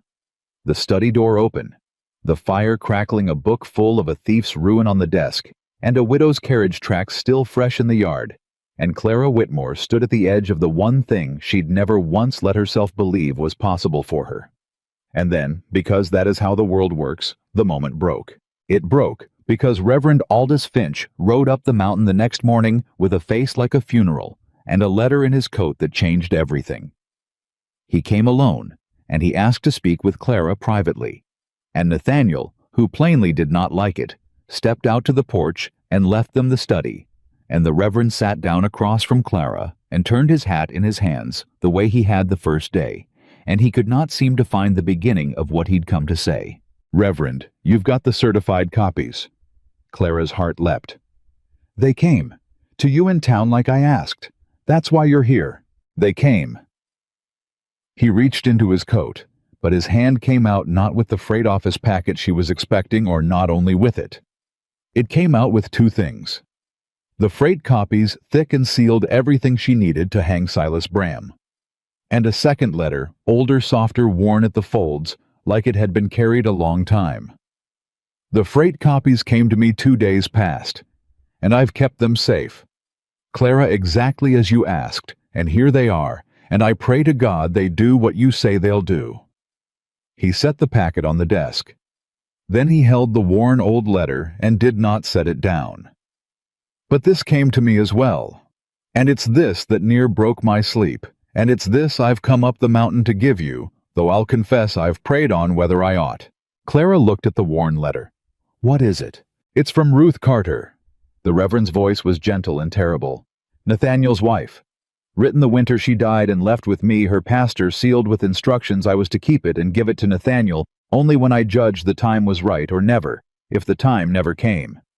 His old eyes filled. "For 3 years I've kept it. For 3 years there was no time that seemed right because there was no one it seemed to concern. He was alone and grieving, and I could see no purpose in opening an old wound." He drew a breath. "And then you came up this mountain, Clara Whitmore. And I started hearing things. About a bookkeeper who caught a thief. About a man who laughed again. And 2 days ago, I broke the seal. God forgive me, a pastor breaking a seal, because I could not in conscience give it or withhold it without knowing what it asked. And I read it." He held it out to her, his hand shaking. "And now I don't know whether I'm doing right or wrong, but I know I can't carry it alone another night. Read it, child. Then tell me what in heaven's name I'm meant to do." Clara took the letter from Ruth Carter's own hand. The wife of the man she'd just, for one breathless moment the night before, dared to believe might want her, and she unfolded it, and she read a dead woman's words. And what was in that letter changed everything Clara thought she understood. Because Ruth Carter had not been the perfect, peaceful, endlessly loving wife the whole county remembered. Or she had been, but she'd also been something more and harder and truer. In her own clear hand, dying knowing it, she'd written to a husband she loved and worried over, like a woman worries over a child she's about to leave alone in a dangerous house. She wrote that she knew Nathaniel, knew him better than he knew himself, that he was a good man with one deadly flaw, which was that he could not stand to believe a person he trusted would betray him, and so he trusted the wrong people and never checked, and it would cost him. She wrote, and here Clara's breath caught, that she had never trusted Silas Bram, not for 20 years. That she had told Nathaniel 100 times his eyes never landed and his numbers never quite squared, and that Nathaniel had never once believed her because Silas had carried his father's coffin. She wrote that she feared after she was gone with no one to check the books, and no one to tell him hard truths he didn't want to hear, that Silas Bram or someone like him would bleed the ranch dry, and Nathaniel would never see it coming. And then she wrote the thing that stopped Clara's heart entirely. She wrote that her one prayer, her dying prayer, was not that Nathaniel would grieve her forever. It was the opposite. She begged him not to. She wrote that she knew he'd wall himself up in that house and call his loneliness loyalty, and let it slowly kill him, and she forbade it. She wrote that she wanted him to find someone else, but not a pretty face, not a fine family, not one of the arithmetic women who'd come calling with pies and marriageable daughters the moment she was cold. She wrote that she wanted him to find someone with a mind, someone who would tell him the truth even when he didn't want it, someone who would check the books he wouldn't check and see the people he refused to see clearly. Someone, she wrote, who would love him enough to be hard with him because soft love had never once saved Nathaniel Carter and never would. Find the woman who tells you the number you don't want to hear, Ruth had written. And when you find her, my love, do not let the world's opinion or your own grief or your own foolish pride talk you out of her. Marry her. And know that wherever I am, I will be glad. Clara Whitmore sat in Nathaniel Carter's study with his dead wife's dying wish shaking in her hands, and she could not breathe. Because it was her. Line by line it was her. The woman who checked the books. The woman who caught Silas Bram. The woman who told Nathaniel hard truths across a lamplit desk and refused to make herself small to make him comfortable. Ruth Carter had written a description of the exact woman she wanted her husband to find 3 years before that woman ever walked up the mountain, and every word of it fit Clara Whitmore like a key fits a lock. Reverend, Clara said, and her voice was not steady at all now. Reverend, does he know? Does Nathaniel know this letter exists? No. The old man's eyes were streaming. He never knew she left it. She was afraid, Clara, she wrote to me separate. She was afraid that if he knew she'd told him to remarry, he'd do it out of duty to her. Marry the first suitable woman to honor her wish and be miserable. She wanted him to find the right one on his own, of his own heart, and only if, did she want him to know she'd blessed it. So he'd never wonder. So he'd never think he was betrayin' her memory. She wanted him free first and comforted second. He wiped his face. And I've held it 3 years, seein' no one it fit. And now you've come, and I broke the seal, and it fits you like it was written for you. And I do not know, Clara. I am an old man, and I have married and buried this whole valley, and I do not know whether giving this to Nathaniel now would be the greatest kindness of my life or the cruelest thing I ever did. Because how could he ever be sure? How could you, if he reads his dead wife ordering him to marry a woman who tells him hard truths? And there you are, the very woman. How could either one of you ever trust? It was love, and not just 2 grievin' people obeying a ghost. And Clara understood all at once the terrible shape of the thing the Reverend had carried up the mountain. Because Nathaniel Carter had told her the very first day standing in her father's store that he needed a woman who'd tell him the hard truth and not flatter him. He'd said it like it was his own idea, his own hard-won lesson. But it wasn't his idea. It was Ruth's. Ruth had planted it in him over 20 years, telling him 100 times that Silas Bram's eyes never landed, and Nathaniel had never believed her while she lived. And then she died, and her words had sunk down into him and become the thing he thought he wanted. and he'd ridden down a mountain and hired the one woman in the county who fit his dead wife's prescription exactly. Had he chosen Clara? Or had Ruth chosen her? 3 years dead, reaching up out of the ground to arrange her own husband's second marriage, the way she'd arranged everything else in his life, he was too trusting to arrange himself. And the night before, when Nathaniel had stood in this study and told Clara to run the column and see where it came out, had that been his own heart? Or had it been Ruth's ghost speaking through him? The dead wife's prescription filled at last. Clara didn't know. And she saw cold and clear that she might never know, and that Nathaniel might never know either. And that this letter, this loving, dying, generous letter, was a gift that could poison the very thing it blessed. "You can't give it to him," she heard herself say. The Reverend went still. "Clara, you can't give it to him. Not now, maybe not ever." Her voice was shaking. "Reverend, think. If he reads this now tonight while I'm still up here, he'll never know his own heart again. Every kind thing he ever feels for me, he'll wonder if it's really him, or if it's just him obeying Ruth. And I'll wonder it too. Every single time he looks at me for the rest of our lives, I'll wonder if he chose me, or if his dead wife chose me for him, and he's just too honorable to disobey her." A tear ran down, and she let it. She wanted him free first. You said it yourself. She wanted him to find the right woman of his own heart, and only then be told she blessed it.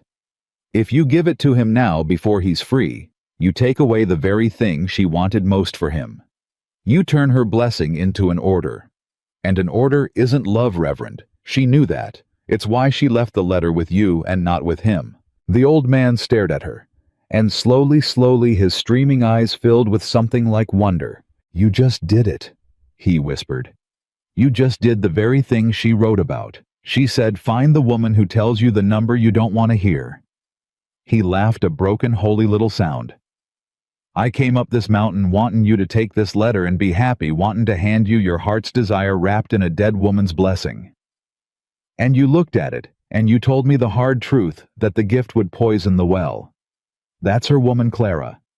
That's the exact woman she prayed he'd find. You've proved it by refusing the one thing that'd make proving it easy. Then keep it." Clara pressed the worn letter back into his hands, and it cost her more than anything had ever cost her, because it would have been so easy to let Nathaniel read it, to let Ruth Carter's own hand tell him to marry her, to have the dead wife's blessing settle every doubt and shame, the whole county into silence, and lift Clara Whitmore out of the last option forever. So easy, and so false. Keep it sealed again if you can. And if there ever comes a day when Nathaniel Carter chooses me of his own free heart, knowing nothing of this wanting me because he wants me, and not because a ghost told him to, if that day ever comes, then you give it to him. On that day, it'll be the greatest gift of his life. He'll know his own heart chose right, and that the woman he loved most blessed the woman he loves now, and there won't be a shadow in it anywhere. She closed his hands around the letter. But not one day before. Promise me, Reverend. Not one day before he's chosen freely on his own. Reverend Aldous Finch looked at the plain shopkeeper's daughter the whole county had thrown away, and he bowed his old head over the letter in his hands like a man in church. "I promise it," he said. "God help me. I've never been so proud of a soul I baptized. I promise it, Clara." And that would have been the end of it. A secret kept, a hard right thing done in a lamplit room, except that neither of them had shut the study door, and neither of them had thought to lower their voices at the very end. And standing on the porch where Nathaniel Carter had left them, their privacy, was Eleanor Caldwell. She'd come up the mountain again that morning uninvited in her hired carriage to press her advantage while it was fresh. She'd been shown to the porch to wait. And she had heard not all of it, not the tender heart of it, but enough. Enough to know there was a letter. Enough to know it was from Ruth. Enough to catch the shape of a secret that the plain little bookkeeper had, just for reasons Eleanor could not fathom, chosen to bury. Eleanor Caldwell had spent her whole life understanding one thing better than anyone: how to turn another person's secret into her own advantage. And as she stood on that porch, with her gloved hands folded and her lovely face composed, She understood that she had just been handed the weapon that would drive Clara Whitmore off this mountain for good. She did not know she'd misheard the meaning entirely. She did not know that the letter told true would destroy her own hopes rather than Clara's. She only knew there was a dead wife's letter and a bookkeeper conspiring with a pastor to keep it hidden from Nathaniel. And that was all Eleanor Caldwell needed to build a scandal that would end everything. She smiled and smoothed her gloves, and when Nathaniel came back around the house, she greeted him warmly and said nothing at all, and rode back down the mountain with a secret of her own now and a plan. 3 days later, the certified freight copies in Clara's hands matched her secret book line for line, every crooked figure, every stolen dollar. 4 years of Silas Bram's thieving proved beyond the doubt of any jury in the territory. Clara laid it all before Nathaniel in the study chapter and verse exactly as she'd promised him the first day, and Nathaniel Carter looked at the ruin of the man who'd carried his father's coffin and went pale and quiet, and then slowly, terribly resolved. "Tomorrow," he said. "Tomorrow I ride to the sheriff in the county seat with all of it. The stealin' and the buckboard both. Tomorrow it ends." He looked at her. "You did it, Clara. You did what I couldn't. It's over." But it wasn't over. Because the next morning, before Nathaniel Carter could ride for the sheriff, Eleanor Caldwell rode into Willow Creek, and by noon she had told every soul who'd listen that the shopkeeper's daughter up at Carter Ridge was hiding a secret letter from Nathaniel's dead wife, scheming, conniving, keeping a widower from his own wife's last words for her own gain, and that the whole county had been right about Clara Whitmore all along. And the town, which had wanted a reason to hate Clara for a month, seized it like a starving dog seizes meat. The reckoning came as those things do at the worst possible moment, the very hour Nathaniel was saddling his horse to ride for the law, with 4 years of a thief's crimes in his saddlebag. A rider came up the mountain hard, and it was Caleb Doyle of all people, red-faced and gleeful, come to be the one who carried the poison up the hill. "Mr. Carter." Caleb hauled his horse in at the porch. "Mr. Carter, you'd best come down to town. There's a thing you gotta hear about your bookkeeper." His eyes found Clara where she stood in the doorway, and they gleamed with old cruelty, finally handed its revenge. "Seems the last option's been keepin' secrets from you. Seems there's a letter. From your late wife, God rest her. And your sweet little bookkeeper's had it hid up here for weeks, schemin' with the Reverend keepin' your own Ruth's dyin' words from you for her own ends." He grinned wide. "Whole town's talkin'. Miss Eleanor Caldwell heard it with her own ears. What do you say to that?" And Clara Whitmore, standing in the doorway of the house on the hill with a thief's ruin proved in the saddlebag, and a good man about to turn and look at her, felt the entire world go silent and understood that the secret she had buried out of love was about to be dug up and used to bury her instead. Nathaniel Carter turned from his horse. He looked at Caleb Doyle, and then slowly he looked at Clara. "Is it true?" he said quietly. "Is there a letter from Ruth?" And Clara, who never lied, who had never once in her life told a comfortable falsehood to save herself, looked the man she loved in the eye and did not know for the first time in her life what the true and right thing to say could possibly be. "Is there a letter from Ruth?" Clara Whitmore looked at Nathaniel Carter across the yard, and she did not lie. "Yes," she said, "there is." She heard Caleb Doyle's breath catch in triumph.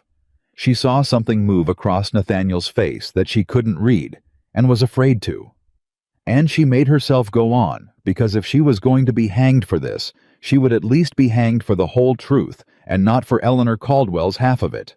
"There is a letter from Ruth. The Reverend has it. He's had it 3 years sealed since before I ever came up this mountain.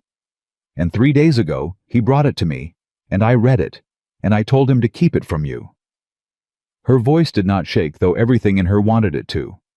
"That part's true, Mr. Carter. Every word. I did tell him to keep it from you. So if you want to hate me for it, you hate me for the true thing and not the thing that woman's peddling in town." Nathaniel had gone very still. "Why?" he said. "Why would you keep my own wife's words from me?" And there it was, the question she could not answer, without destroying the very thing she'd protected. Because to tell him why was to tell him what the letter said. And to tell him what the letter said was to do the exact thing she'd bled to prevent, to put Ruth's prescription in his head, to make him wonder forever whether his own heart or his dead wife's order had chosen her. Caleb Doyle answered for her, delighted. "'Cause it's about her, that's why Miss Caldwell says the letter's the late Mrs. Carter, warnin' you off some scheming woman, and your bookkeeper hid it, 'cause she's the schemin' woman it warns about. Kept your Ruth's own dyin' words buried so she could get her hooks in your fortune. That's a lie." Clara's voice cracked like a whip across the yard, and Caleb actually flinched. "That is a lie. Caleb Doyle and the woman who told it to you never read one word of that letter, because if she had, she'd have burned it rather than repeat it." She was breathing hard. "You want to know what's in it? You want to stand in this yard and demand a dead woman's secrets like they're yours to gawk at?" "Clara." Nathaniel's voice was low. "What's in the letter?" And she turned to him, and she saw that she'd cornered herself, because he was asking now plainly, and she had never once refused him a plain answer, and every second she stood silent looked like guilt. "I can't tell you," she said. "Can't or won't. Won't." The word tore out of her. "I won't tell you, Nathaniel, and I'm asking you, I'm begging you to trust me for one day the way I asked you to trust the numbers over the man. You gave me your word once. You said you'd believe the truth even when it broke your heart.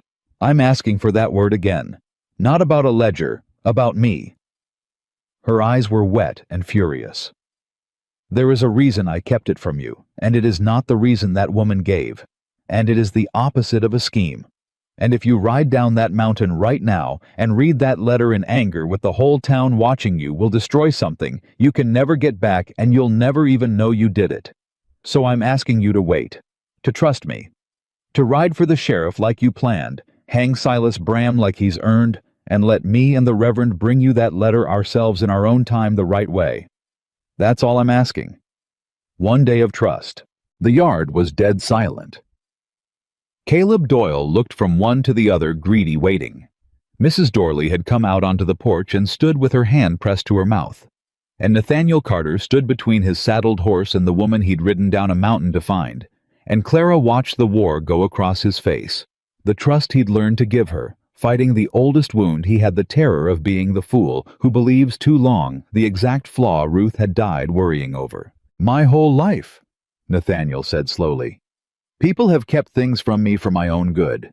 My father kept how bad the debts were.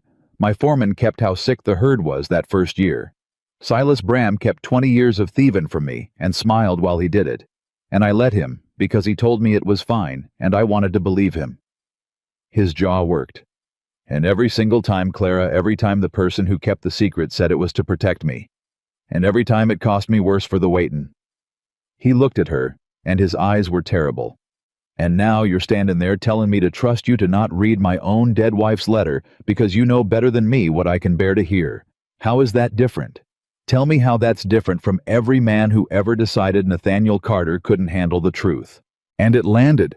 Lord, it landed because he was right from where he stood. It looked exactly the same, and Clara had no way to prove it was the opposite without committing the very sin she was accused of. It's different, she said, and her voice broke all the way now, because every one of those men kept the truth from you to protect themselves. Your father, your foreman. Silas Bram. They hid things so you wouldn't blame them, so you'd keep trusting them, so they'd come out all right. I am the only person who has ever kept something from you at my own cost. Do you understand that if I told you what's in that letter right now, it would help me? It would end the town's talk. It would put me in that house forever and shame Eleanor Caldwell into the ground and settle every doubt anybody ever had about whether Nathaniel Carter should want me. The tears ran freely now, and she didn't care. The truth would save me, Nathaniel.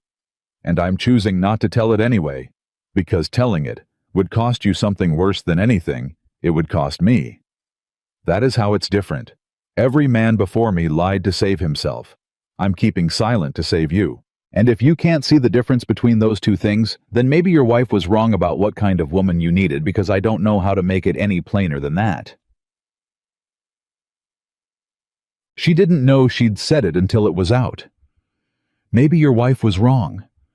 And she saw it hit him, saw the word wife go into him like a blade, and she pressed her hand over her own mouth in horror.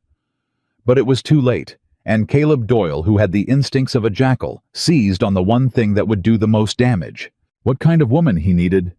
Caleb repeated, soft and vicious. Now how would you know what the late Mrs. Carter thought her husband needed unless you've read that letter close enough to know it talks about exactly that? He grinned. Sounds to me like the letter does say something about the kind of woman for Mr. Carter, and you've read it, and you know what it says. And you're standing here fighting like a cornered cat to keep him from reading it himself. He spread his hands triumphant to an audience of 2 women and a broken man. That ain't the behavior of somebody protecting him. That's the behavior of somebody protecting herself. Just like Miss Caldwell said. And Clara saw the whole thing turn. Saw it in Nathaniel's face, the slow, sick tilt as Caleb's poison found the crack her own slip had opened. Because she had let it slip that the letter concerned the kind of woman Nathaniel needed. And that one true thing twisted by a cruel man looked exactly like the lie. Nathaniel. Enough! Nathaniel Carter's voice cut across the yard, and it was not loud, and it was worse than loud. He turned to his horse. He checked the cinch with hands that were not quite steady. I'm riding to town, not to the sheriff, to the Reverend, and I'm going to read my wife's letter with my own eyes because I have spent my whole life letting people decide what I can and can't be told, and I am done. I am done, Clara. He swung up into the saddle. You want me to trust you, but trust runs 2 ways, and you won't trust me with a piece of paper. So we'll see. We'll see what Ruth wrote, and we'll see whether the woman He stopped, his jaw clenched. We'll just see. Nathaniel, please. Clara ran down the steps and caught his stirrup. Please, I am begging you, not like this, not in anger, not with him watching. Let go of the horse, Clara. You'll ruin it. Whatever you feel for me, you'll never be able to trust it again. Don't you understand? Let go of the horse. She let go. And Nathaniel Carter wheeled his horse and rode down the mountain toward Willow Creek at a hard gallop, with Caleb Doyle whooping and racing after him to see the show. And Clara Whitmore stood in the empty yard with the dust settling and understood that she had lost. She had done the hardest, most loving, most unselfish thing of her whole life, and she was going to lose everything for it, and the man she'd done it for would never even know. Miss Whitmore. Mrs. Dorley's voice from the porch, steady, hard. Get your shawl. Clara turned. What, You heard me. Get your shawl. Amos has the buckboard hitched. He's up and walking now, praise God. And he owes you his life, and he knows it. We are going down that mountain. The old woman's eyes blazed. You think I'm going to stand up here and let that girl Caldwell and Doyle's boy tell the story to the Reverend first? Let 'em stand there twisting it while that man reads his wife's letter with poison already dripped in his ear. She was already tying her own bonnet. No, ma'am. If Nathaniel Carter is going to read that letter today, he is going to read it with the 2 women who love him most standing in that room, and he is going to hear the truth of it from lips that were there. Now get your shawl. And Clara Whitmore, who had lost every fight this county had ever handed her, looked at the fierce old woman who'd threatened a ranch hand over a fireplace and felt the smallest, hardest ember of hope catch in the ashes of her chest.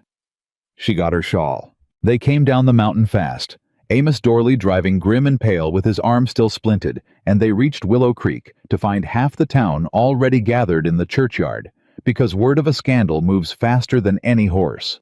And Eleanor Caldwell stood on the church steps in the middle of it, gowned and gracious, playing the reluctant bearer of terrible truths to a crowd that loved her for it. And there at the foot of the steps was Nathaniel Carter, and there in the doorway of the church was Reverend Aldous Finch, and in the Reverend's hands was the worn letter, and the whole town had come to watch the richest man in Colorado read his dead wife's secret out loud. Nathaniel. Eleanor's voice carried sweet and sorrowful.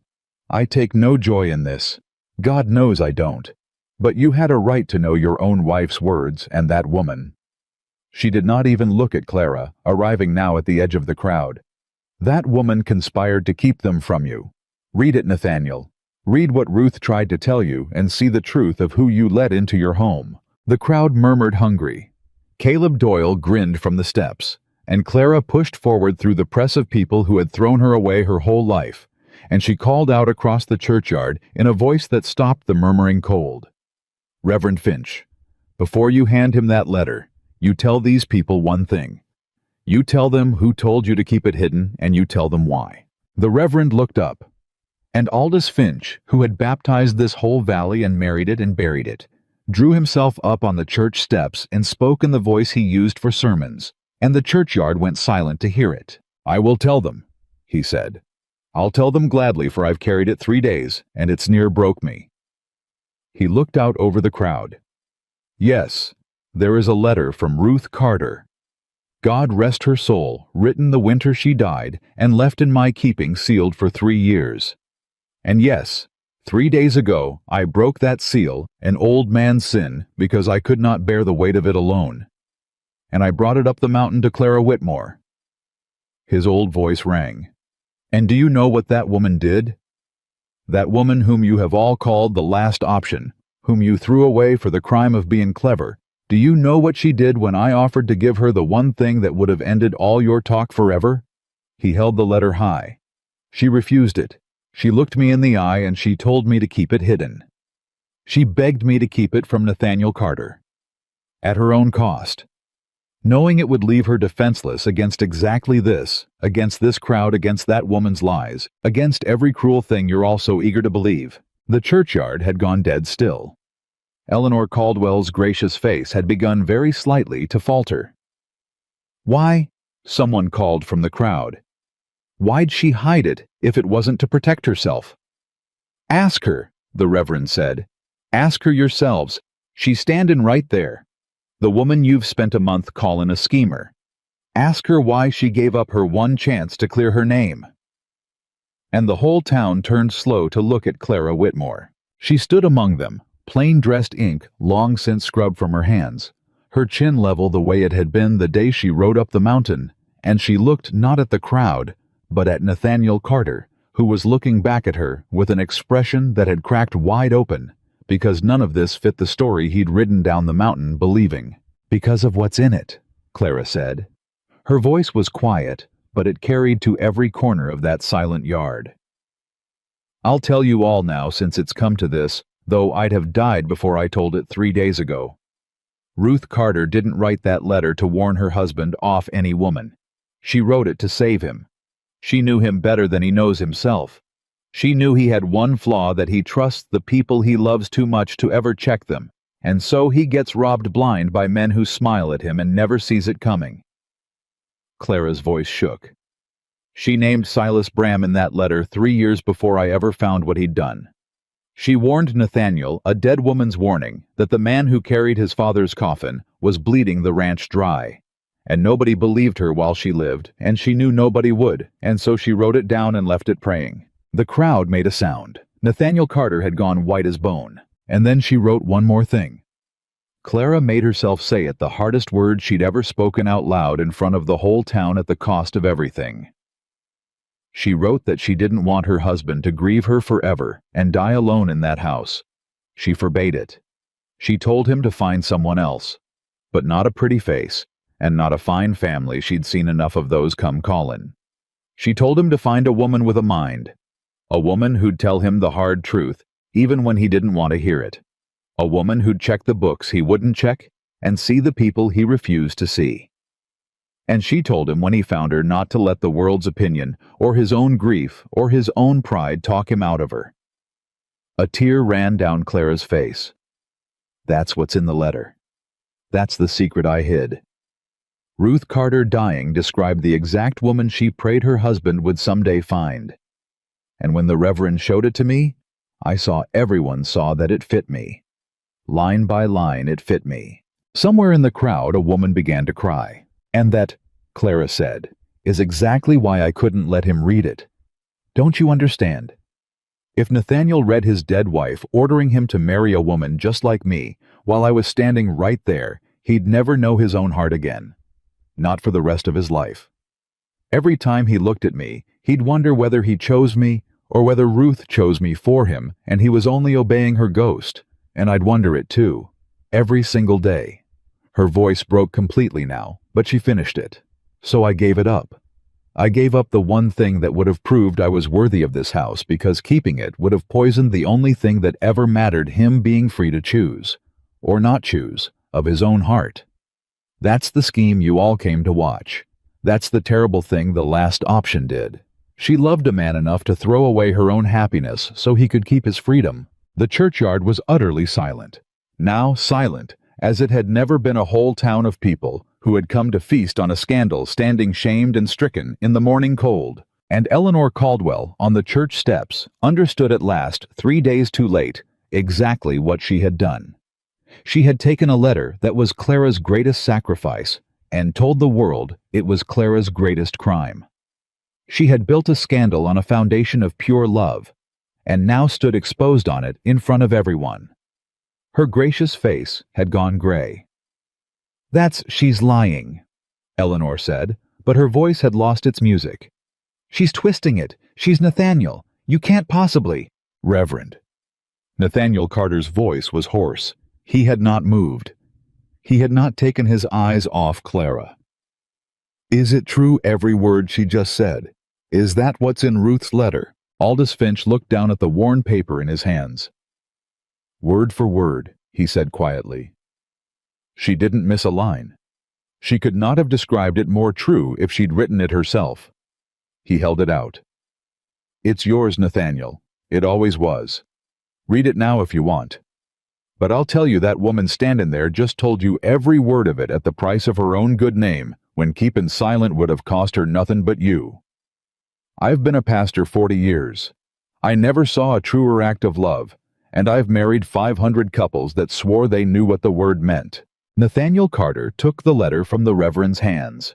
The whole town watched. He unfolded it, and he read his dead wife's dying words with his own eyes in the churchyard in the silence, and Clara watched his face as he read, watched him find Silas Bram's name where she'd said it would be, watched him find the warning, watched him find the blessing, watched a man read a letter 3 years too late and understand all at once everything it had cost the living woman in front of him to keep it from him. When he finished, he did not look up right away. His hand holding the paper had begun to shake. And when he did look up, it was not at the crowd, and not at Eleanor Caldwell, and not at the Reverend. It was at Clara. "You were right," he said. His voice was wrecked. "If I'd read this 3 days ago in anger with Doyle grinning at me, I'd have married you to honor Ruth and spent my whole life not knowing if it was real. You saw that. You saw it clearer than I could, and you protected me from it, and you let this whole town spit on you rather than take the easy way out." He came toward her across the churchyard slow, and the crowd parted for him. "Ruth wrote to find the woman who'd tell me the truth, even when it cost her. And I rode down a mountain and found her, and she caught the thief my wife warned me about, and then she proved she was the one by throwing away her own happiness to keep me free." He stopped in front of Clara. His eyes were streaming, and he did not seem to know it. "I don't need the letter to tell me to choose you, Clara Whitmore. I'd have chosen you in that store the first day before I ever knew Ruth left a word behind. I chose you when you asked me why me and wouldn't take yes for an answer. I've been choosing you every night across that desk for a month. The letter don't make it real. It just tells me Ruth would be glad." His voice broke. "And I am so sorry. I am so sorry I got on that horse. I did the exact thing she warned me about. I let a smilin' liar and my own pride talk me out of the one person telling me the truth. Forgive me, please. I'm asking in front of the whole town that wronged you. Forgive me and stay." And Clara Whitmore, standing in the churchyard of the town that had called her the last option, looked at the richest man in Colorado, weeping in front of everyone asking her forgiveness, and felt the whole long ache of 27 years break open in her chest. But she did not fall into his arms. Not yet. Because she was still the woman Ruth had described, and that woman told the truth even when it was hard even now. "I'll forgive you," she said. "I forgive you already. There's nothing to forgive a man for being the thing his wife loved him despite. But Nathaniel, I need you to hear me say one thing in front of all of them, so it's true out loud." She lifted her chin. "I am not going to be chosen because a dead woman blessed it. I am not going to be your second wife's ghost-approved arithmetic. If you want me for what I am standing here of your own living heart, the woman who reads your books and tells you the truth and will fight you in your own study when you're wrong. Not the woman in the letter. Me. Her eyes searched his. So don't tell me Ruth would be glad. Tell me you're glad. Tell me you choose me. And mean only that. Nathaniel Carter looked at her, and something came into his ruined face that Clara had never seen there. Not the ease, and not the awe, and not even the love. Something steadier than all of them. The look of a man standing on ground that would finally hold. Clara Whitmore. He said loud enough for every soul in that churchyard to hear, I choose you. Not for Ruth. Not to fill a chair or warm a house or fix my books. I choose you because you are the finest mind and the bravest heart I have ever known. And because I have been alone 3 years and only started living again the day you rode up my mountain, and because I would rather have you telling me I'm wrong across a desk for the rest of my life than have any other woman on earth telling me I'm right. That's my heart, my own. Nobody's ghost. Marry me. Not because Ruth said to, because I'm asking. And the whole town of Willow Creek, which had come to watch Clara Whitmore destroyed, stood in stunned and shamed silence as the last option said yes. Except it did not end there, because there was still a thief to hang and a liar to answer for, and Nathaniel Carter, with Clara's hand now in his, turned and looked at Eleanor Caldwell on the church steps, and his face went cold. You told this town my wife's letter was a warning against Clara, he said. You built a scandal on a woman's dying words you never read. You near ruined the best soul in this valley for your own gain. He shook his head slow. You always did want the house more than the man Eleanor. Ruth saw it in you when we were young. I see it now. He looked at the crowd. Go home, all of you. There's nothing more to watch. And come tomorrow, you can all ride to the county seat if you want a real show, because I'm swearing out a warrant on Silas Bram for 4 years of thieving and for running Amos Dorley off the Denver road crimes this woman here uncovered while you were all busy calling her names. The name Silas Bram went through the crowd like a cold wind, because Silas Bram was beloved. Silas Bram had carried coffins and lent money and smiled at christenings, and the town could not hold it. First the letter, now this. The whole world they thought they knew, turning inside out in a single morning in the churchyard. And in the confusion, no one but Clara saw Caleb Doyle slip away from the church steps and swing up onto his horse and ride hard not toward home, but out the north road, the road to Silas Bram's place. Nathaniel. Clara gripped his arm. Doyle just rode out, north, to warn Bram. Nathaniel's head snapped around, but it was already too late. Caleb was a shrinking shape on the north road, and Silas Bram would have his warning within the hour, and a thief warned was a thief running, or worse, a thief cornered with 4 years of noose waiting and nothing left to lose. He'll run, Clara said, or he'll burn what's left of the evidence at his place, or... Her mind was racing ahead cold and fast down every branch, and it landed on the worst one and stopped. Nathaniel, the certified copies and my book, they're the whole case. They're at the ranch, in the study. And half the men on that ranch are Silas Bram's men, and Bram is about to know his time's up. She looked at him, and the triumph of the churchyard drained out of her all at once, replaced by something colder. He ran a buckboard off a road to stop 3 pieces of paper. What do you think he'll do to get his hands on the papers that'll hang him? And who do you think is up at that house right now guarding them with the whole ranch gone quiet and Mrs. Dorley and Amos down here in town with us? The answer landed on both of them at once, and it turned the morning's victory to ice. The house was empty. The evidence was in it. And Silas Bram was about to have nothing left to lose. They rode for the mountain like the devil was behind them, and the devil more or less was ahead. Nathaniel got Clara up behind him on his own horse, because there was no time to hitch another, and they went up the mountain road at a gallop that would have frightened Clara witless a month ago, and now did not frighten her at all, because there were worse things than a hard ride, and one of them was already in her house. Behind them came a handful of men. The young hands Clara trusted. The ones who weren't Bram's and Amos Dorley, whipping the buckboard up the grade with his splinted arm, and Mrs. Dorley white-knuckled beside him. The Reverend had stayed to keep the town from following and turning a manhunt into a mob. "How much of a start does Doyle have?" Clara called against the wind. "Half an hour, maybe less." Nathaniel's voice was grim. "Doyle rides to Bram's, that's 20 minutes. Bram to my house is another 20. We might beat Bram to the house if we're hard about it. We won't beat the word. We don't need to beat the word." Clara's mind was already 3 moves ahead, the way it always was.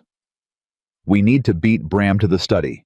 If those papers burn Nathaniel, it's my word and a dead woman's letter against 30 years of a beloved man.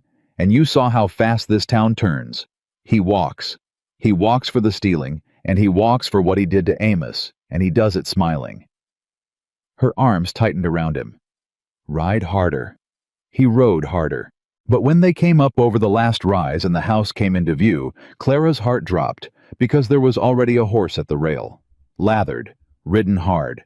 Not Bram's old gray, a younger horse, a faster one, and the front door stood open on the empty house. Silas Bram hadn't waited for a warning to be carried to him.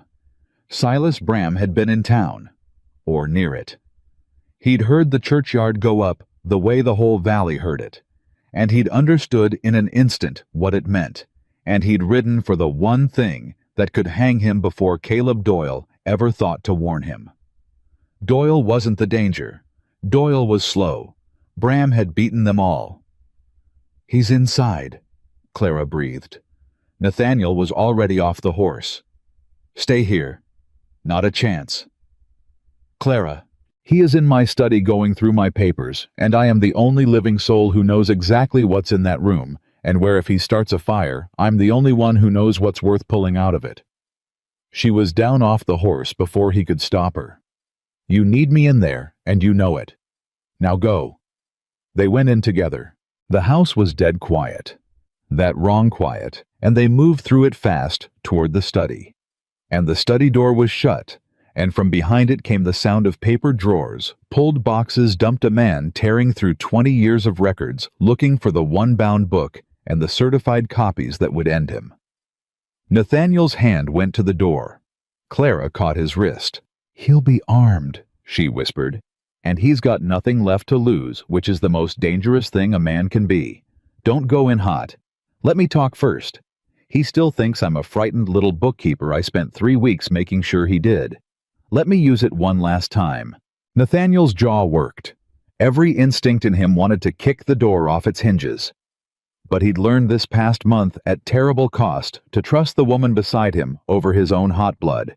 And he nodded once, and he stepped back a half pace, and he let Clara open the door. Silas Bram spun as it opened, and there was a pistol in his hand, and his warm grandfatherly face was gone entirely. What stood in the wreck of the study was an old wolf.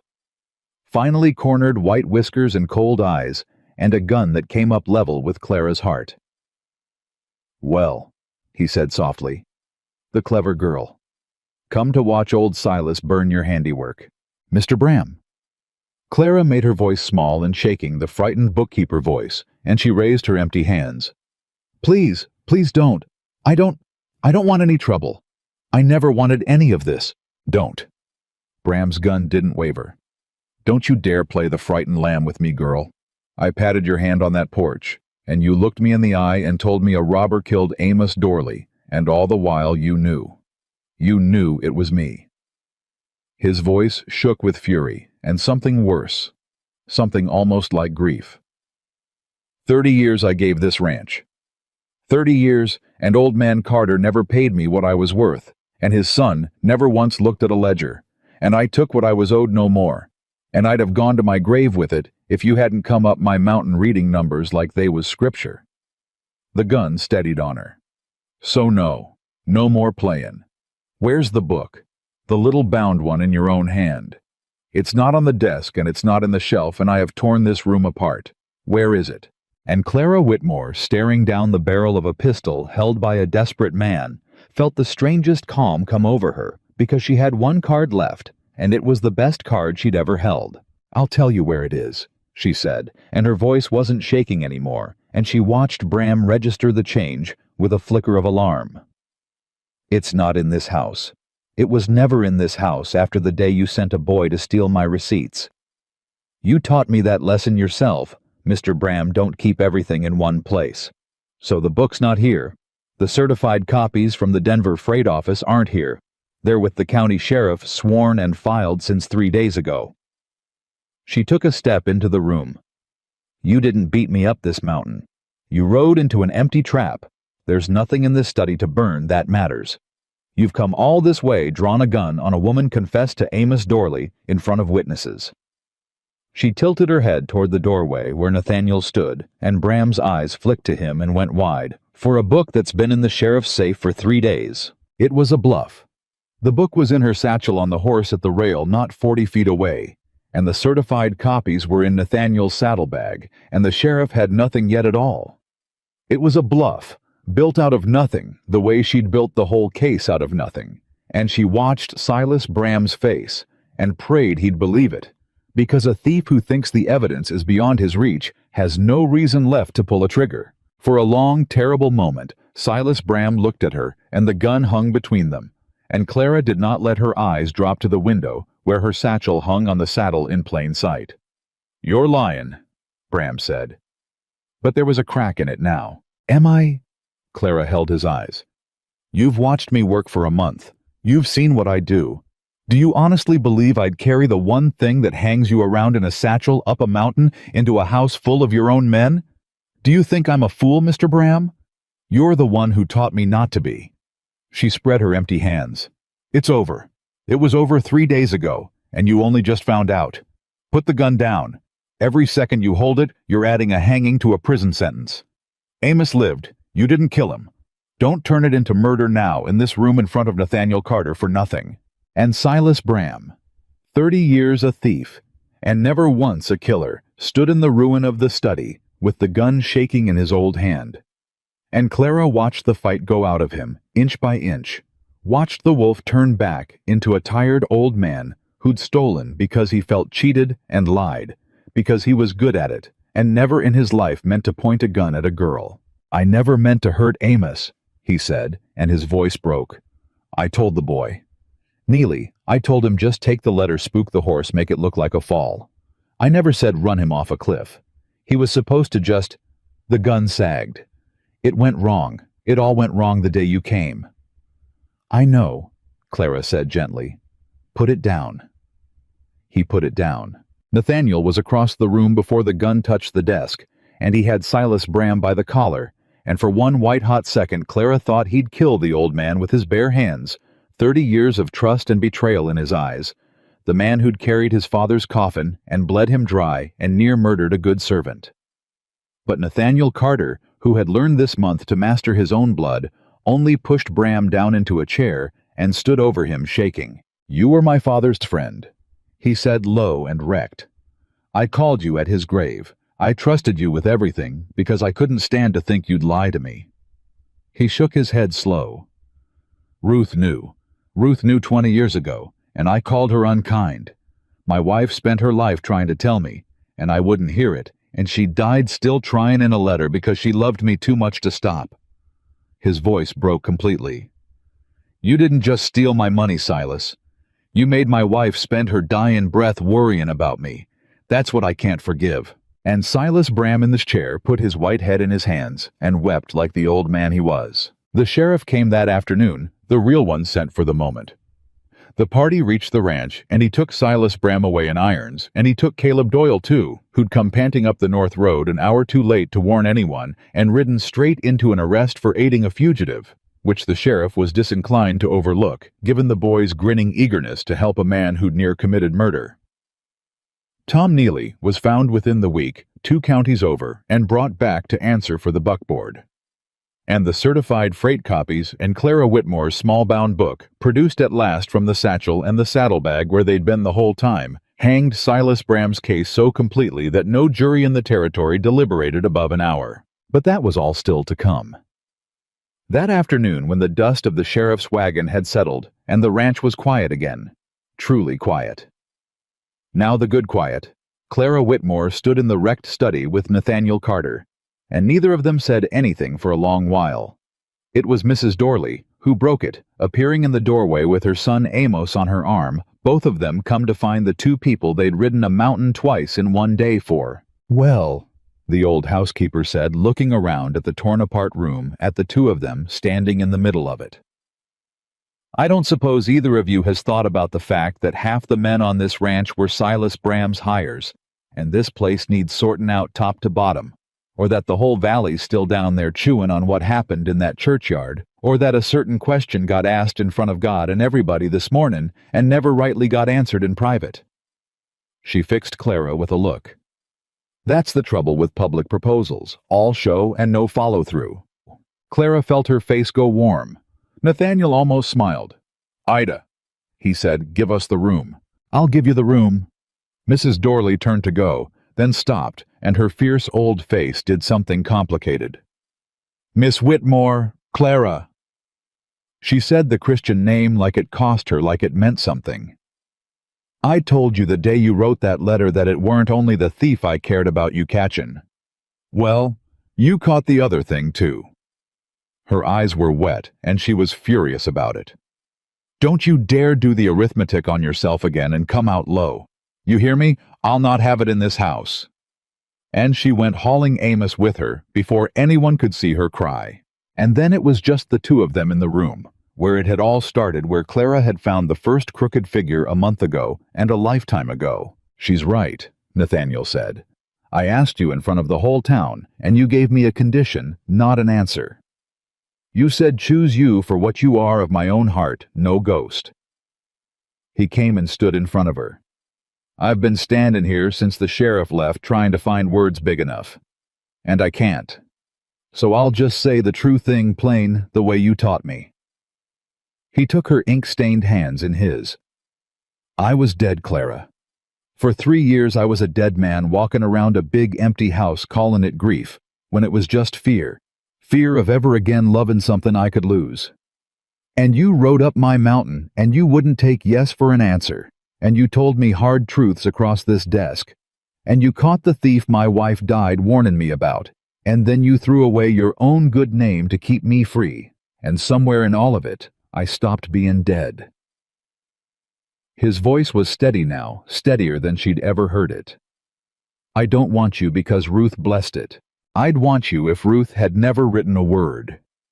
I want you because a house with you in it is the only place I've felt alive in 3 years, and I am not fool enough to let that ride back down the mountain to a supply store. Marry me. My own heart's askin', nobody else's." Clara Whitmore looked at him, and for the first time in her whole life, she did the arithmetic and came out at the top of the column. "Yes," she said. "Not because you're the richest man in Colorado. Not because I need saving. I never needed saving. I need a partner, and that's a different thing entirely." Her eyes filled. "Yes, because you saw my mind when everyone else called it a defect. Yes, because you believed the numbers over the man you loved when I asked you to. Yes, because you rode down that mountain in anger and then had the courage to ride back and say you were wrong in front of the whole town that wronged me. That's the man I'm saying yes to. My own heart's answering Nathaniel, nobody else's." And Nathaniel Carter kissed the woman the whole county had called the last option in the study, where she'd caught his thief, and outside the window, the mountain went gold in the late light, and it was Clara would think for the rest of her long life, the first moment she had ever been exactly where she belonged. They were married in the Willow Creek Church 6 weeks later, and the whole town came the same town that had thrown her away, the Prentice sisters, and Widow Hensley, and every soul who'd whispered behind a bolt of calico, and not one of them dared say a word. Now that wasn't kind, because a thing had happened to that town in the churchyard the day the truth came out. Shame is a powerful teacher when it comes all at once to a whole crowd of people who watched themselves be cruel to a woman who turned out to be the finest among them. Reverend Aldous Finch married them, and before the vows, he did one last thing. He took from his coat the worn letter he had carried for 3 years and 3 months, and he placed it in Nathaniel Carter's hands there at the altar in front of everyone. "You've chosen her," the old man said quietly for Nathaniel's ears and Clara's alone. "Freely. Of your own heart, with no ghost's hand on your shoulder. I watched you do it in this very churchyard in anger and then in humility, before you knew one word of what Ruth wrote. So now the time is right, exactly as she asked me to judge it. Read it after together. And know that the woman you loved first blessed the woman you love now, and there's not a shadow anywhere in it." He smiled, and his old eyes streamed. "She'd be glad, Nathaniel. Both of them are glad." They read it that night together as man and wife, Ruth Carter's dying letter. The warning that came 3 years too late, and the blessing that came exactly on time. And Clara wept over the words of the woman who had, in a way, none of them could ever fully untangle, reached out of her own grave to make sure the husband she loved would not die alone in a big empty house. And Clara understood then that she had not been chosen instead of Ruth, nor because of Ruth, but that the two of them, the dead wife and the living one, had loved the same good, flawed, trusting man, and wanted the same thing for him, which was that he be truly seen. Ruth had spent 20 years trying to make him see. Clara would spend the rest of her life doing it. There was no rivalry in that. There was only love handed forward. The years were good to Carter Ridge after that, and good to Willow Creek. Clara did not become a lady of leisure in a big house because that was never who she was. She took the ranch's ruined books and made them the cleanest in the territory. And then she took the money Silas Bram had bled away for years, recovered most of it from the property the court seized, and she did the thing she'd once only dreamed of behind a supply counter. She built a learning center in Willow Creek, a plain good building full of books and slates where any child in the valley could come and learn their letters and their numbers, and where more than one girl who'd been told she was too clever for her own good found a woman who told her the opposite. Clara taught the arithmetic herself 2 mornings a week for the rest of her life. Her father lived another 11 years on the Denver doctor's medicine, long enough to walk her down the aisle and long enough to bounce 2 grandchildren on his mended knee. And he told Clara once near the end that the proudest day of his life was not her wedding, but the day she stood in a churchyard and gave up her own happiness for a man's freedom in front of the whole cruel town. Because that, he said, was when everyone finally saw what he'd always known, that his daughter was the best of them and always had been. Mrs. Dorley kept the house until she was too old to keep anything but her chair by the fire, and Clara kept her in it, honored to the end. Amos Dorley healed whole and drove that buckboard another 30 years, and never once let anyone forget that the mistress of Carter Ridge had saved his life with a decoy letter before she'd known him well enough to owe him anything. Eleanor Caldwell left the valley within the month and did not come back. Silas Bram died in the territorial prison. Caleb Doyle, who got off with a lighter sentence, came home changed, or maybe just quieted, and years later, Clara hired him to haul lumber for the learning center, and paid him fair, and never once threw the churchyard in his face, which shamed him more thoroughly than any revenge could have, and made a better man of him besides. And Nathaniel and Clara Carter grew old together on that mountain, partners. In every sense the frontier had a word for, and a few it didn't. He never once in all their years made a decision of any weight without asking her what she thought, and she never once in all their years told him what he wanted to hear instead of what was true. They fought sometimes hard across that same study desk, and every fight ended the same way, with him grateful in the end that he'd married the one woman in Colorado who wouldn't let him be a fool. The people of Willow Creek told their story for 2 generations. Some told it as the tale of the rich rancher who married the poor shopkeeper's daughter, and that was true enough as far as it went. But the ones who understood it, the ones who'd been in that churchyard or heard it straight from those who had told it different. They told of a woman the whole world called the last option, who was underestimated her entire life for the crime of having a mind, and who took that mind up a mountain and caught a thief no man could catch, and then, when a single lie could have saved her, chose the truth. Instead, chose a man's freedom over her own good name, chose to be seen clearly rather than chosen conveniently. Clara Whitmore had believed once behind a dusty counter in a failing store that she was the last thing anyone would ever reach for. She learned she had never been the last option at all. She had only been waiting not for a man rich enough to rescue her, for she needed no rescue, but for a man honest enough to see her plainly, and brave enough to choose what he saw. And when he came, She did not let him choose her out of pity or duty, or a ghost's blessing, or a whole town's shame. She made him choose her for exactly what she was, and nothing less, and she was right to. That is the whole of it. The woman they threw away became the woman they could not do without. The last option was, in the end, the only one worth choosing. And Clara Carter lived every remaining day of her life exactly as herself, seen clearly, chosen freely, and small for no one ever again.